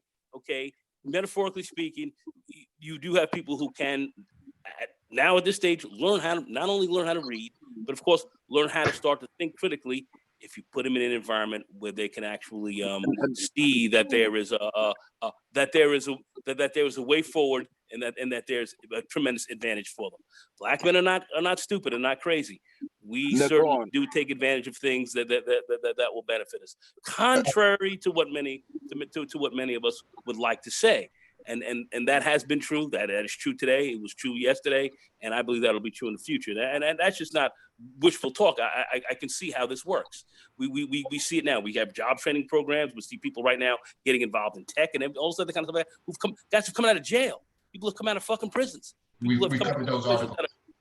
People who have come out totally fucked up. So we see it. We see it right now. I'm mentoring people right now who are doing that. All right. I have a guy who came out of jail just not too long ago, a few years back. Okay. And boom, driving trucks. He's getting involved in a whole new business. He's going back to school. A lot of things go on. I see it. So I don't want us to sit down here and say these guys are fucking, they're done. Because that, in my view, is I'm sorry, it's just not true, and it's not entirely accurate. All right, I just mean the numbers. Yeah, let's go to DE after, and then we'll let Cerulean close out. Hey, I was gonna cut my speech short and let MOTC say what he was gonna say earlier. Okay. I was gonna say, expound on the part where, as black men, if you build yourself up, the women who want a family is gonna come get you. They're not necessarily going to be from the neighborhood. Those are the fools who don't want you in the beginning, and you should know that they don't want you now. So you just leave them alone. But I'm gonna let MOT say what he gotta say, what he was gonna say before. And MOT, I need your information, if you don't mind. Sorry. What kind of information? Your, I guess, email or something. I want to send you something. Oh, sure. I can put it in the Dr. Phoenix suggested. Okay, thanks. Yeah. All right. So here's what we have here. We have to stop lying about the track record of these people in society. Men are not asexual beings who want the best kids on the planet but can't get them. We have another entity here that no one here has really touched on a lot. Well, a lot of people have, but we have to realize it's not going to be our responsibility to raise the family that you chose. At the end of the day, we're going to have a black family. It's just going to not involve your ass in it from here on out. You want to go pick those type of guys that you're going to pick, you're going to be held ultimately responsible for what you chose. That's what this is about. This is about, there's no negotiating with these people about anything. Everything they've done on purpose. If you're an older woman and you don't have a man, ultimately disloyal to the actual process and concept of black family. If you are a woman, you have ultimate infinite choice. And if you think you can leverage the amount of sex you didn't give somebody in this screwed up system so that way they can come save you at the end of the day, you're out of your goddamn mind. It's never gonna happen. I suggest we, from this point forward, create our families in the best shape format that we could do. We got to get off this skin color supremacy shit because it writes them into the actual ticket when they never put nothing into the actual goddamn process. We need to go with the mind state and the mind frame of what you bring to the table from this point forward. That's all I got to say. Thank you guys for your time. You have a nice one. Don't forget. Yeah, let's go to Cerulean Grey and close out. I'll say this as an addendum. What Cerulean is proposing, groups like Hezbollah, Hamas, the Muslim Brotherhood, they've established these sort of principles that he's kind of talking about, not one for one, but for the overarching architecture and perspective of it. It has been done probably in the last 100 years. So I will say that about the Great Faulkner Initiative in relation to other initiatives that have been done before. Cerulean, Could I just add something really, really quickly? Go ahead. No, just once again, Mike, thanks for having me, brother. Yes, sir. And, again, I do agree with the initiatives behind the Faulkner initiative, excuse me. But to your point about the Hezbollah, the critical component of that is that was a community-led effort. Yep. Those men found safe haven within their communities. Their communities will not give them up. Mm-hmm. Well, you can find a bunch of stories of black folks and black women giving up brothers. A lot of brothers in the system right now because of a lot of black females. And that's a fact. So I'll just leave it at that. All right. Cerulean, you have the floor. You can close out. Yeah, see, I'm of the opinion that you know, look, if you're gonna genderize it, then we're gonna have to look at the card straight, right? Black women are more organized than you. They beat you out 6-1 in politics, 12-1 in education. As Dr. Phoenix mentioned, was it 1 for 3 in medicine? You got a lot of catching up to do. And you're not going to do it by genderizing the conversation. I mean, it's real simple. I'm not concerned about what an individual person did or did not do or will or won't do. We make in the Great Faulkner Initiative that this plan is not meant for everybody. Clear that this is not a perfect plan. We also make it very clear that it's not but it is a plan. And it's a plan specifically targeted for Black folk, specifically to guide them into the institutions that they need to swell the middle class, which gets them the money. If they want to really mount a revolution, you're not going to be able to do it broke. And let's just be honest, Black women got more money than you. You're hardly in a position to criticize them. It's like, you have a group of people over here, even though they may be more highly incentivized by the state than you are, they might be more empowered in the society than you are. It's obvious to me that it's only going to be you who helps you as far as Black males go. And if you don't see the impetus, right? If you don't see the impetus to act in your best interest, I'm not saying this is so I'm trying to what was the term that they used to use? I'm not gonna go do this so that these Black bitches can fuck it up. It's nothing to do with bitches. It's about survival. It's really simple. To the point to where we're just surviving and existing, to the point to where we are thriving. And we're not doing that. All I've heard from as far as the opposition on the other side of this conversation, the kind of mindset to where, oh, we can't do this, and it's just evidence of we have this inherent low self-esteem that has been like ingrained in us. And the truth about the Black community is that in the Black community, the culture that we don't talk about is that how the Black community, and what I noticed from especially a lot of Black men, have a tendency to kill the dreams of children.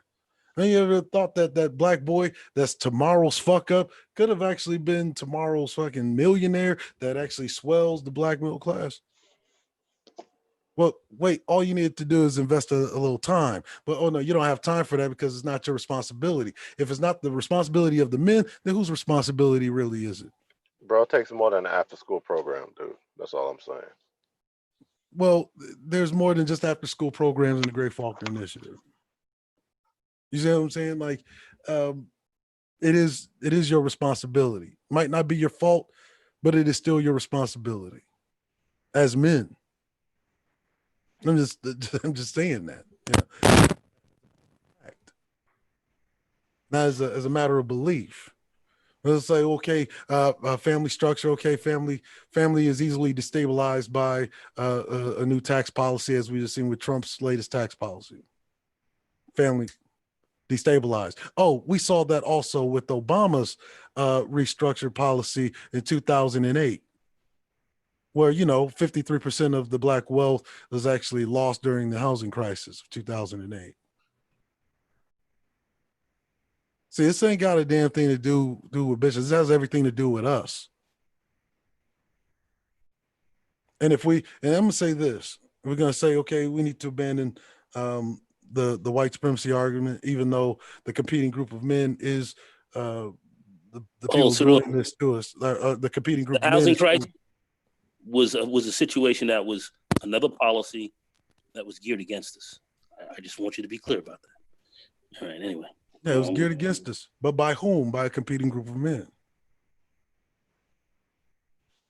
And so I have no intent on saying, okay, if women are to blame, okay, if women are to blame, then what you're saying to me that you want to leave the future generation in the hands of irresponsible people.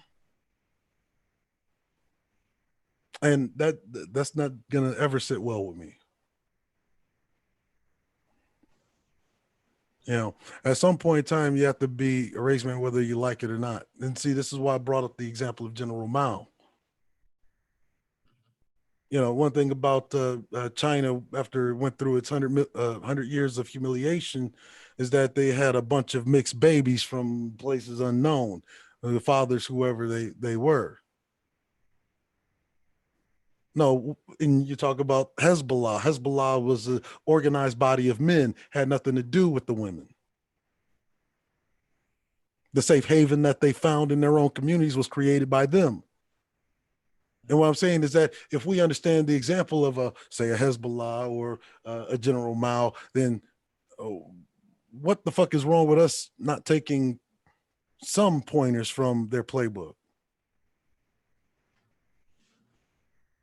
See, what happens is that we genderize and say, you know, these bitches, and then we try to say it's family. But let's just be honest about what family is in America, because this is not some isolated, in a bubble kind of conversation that only exclusively affects Black people.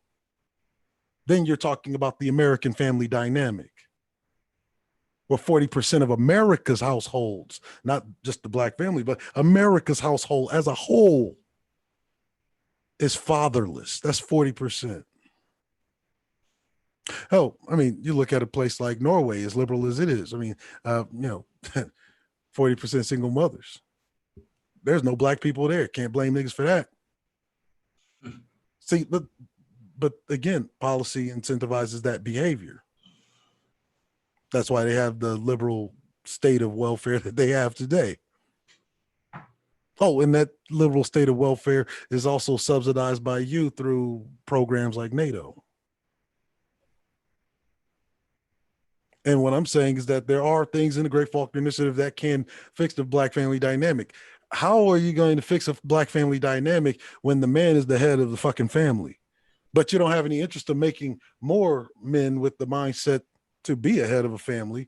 No, you want to make the more that have this mindset of, oh, well, I'm just going to be out for myself, and damn the fucking race. And damn the race for nothing else other than because these bitches is fucking up. Because if you're going to use that excuse, you're telling me that you prefer female leadership. Because that's what you're doing. You're following the women. You're following the lead of the women. You're put into a reactionary role where you're reacting to what the women did, or what the women are doing, or what the women will do, or what the women won't do. Mm-hmm. And see, and to me, that's just unacceptable. What you need is numbers. You're playing a number game and you're losing. That's as simple as that. Hey, brother, thank you for stopping through, man. This has been very interesting discussion and dialogue for the most part, man. Definitely like to have you through another time whenever it's convenient for you. No doubt. I think it was a really productive conversation. It's definitely a pleasure. You know, I'm actually still on hiatus till I don't know when, till the time I deem determinate. Okay. Okay. You know, see, because I encourage people to actually unplug from this apparatus. I mean, this platform, and I think it's a great, powerful tool. And we often get into this modus to where we have a tendency to abuse it. Mm-hmm. You know, and I actually recommend, you know, and I'm not a doctor, but I actually prescribe a bit of unplugging every once in a while, you know. Manosphere battle fatigue is what I call it. Yeah, real good shit, Cerulean. Yeah. But thank you for coming through, man. Really appreciate that, man. Be in contact with you later on. And to everyone else, make sure you hit the like button and share the video if possible. Shalom to everyone.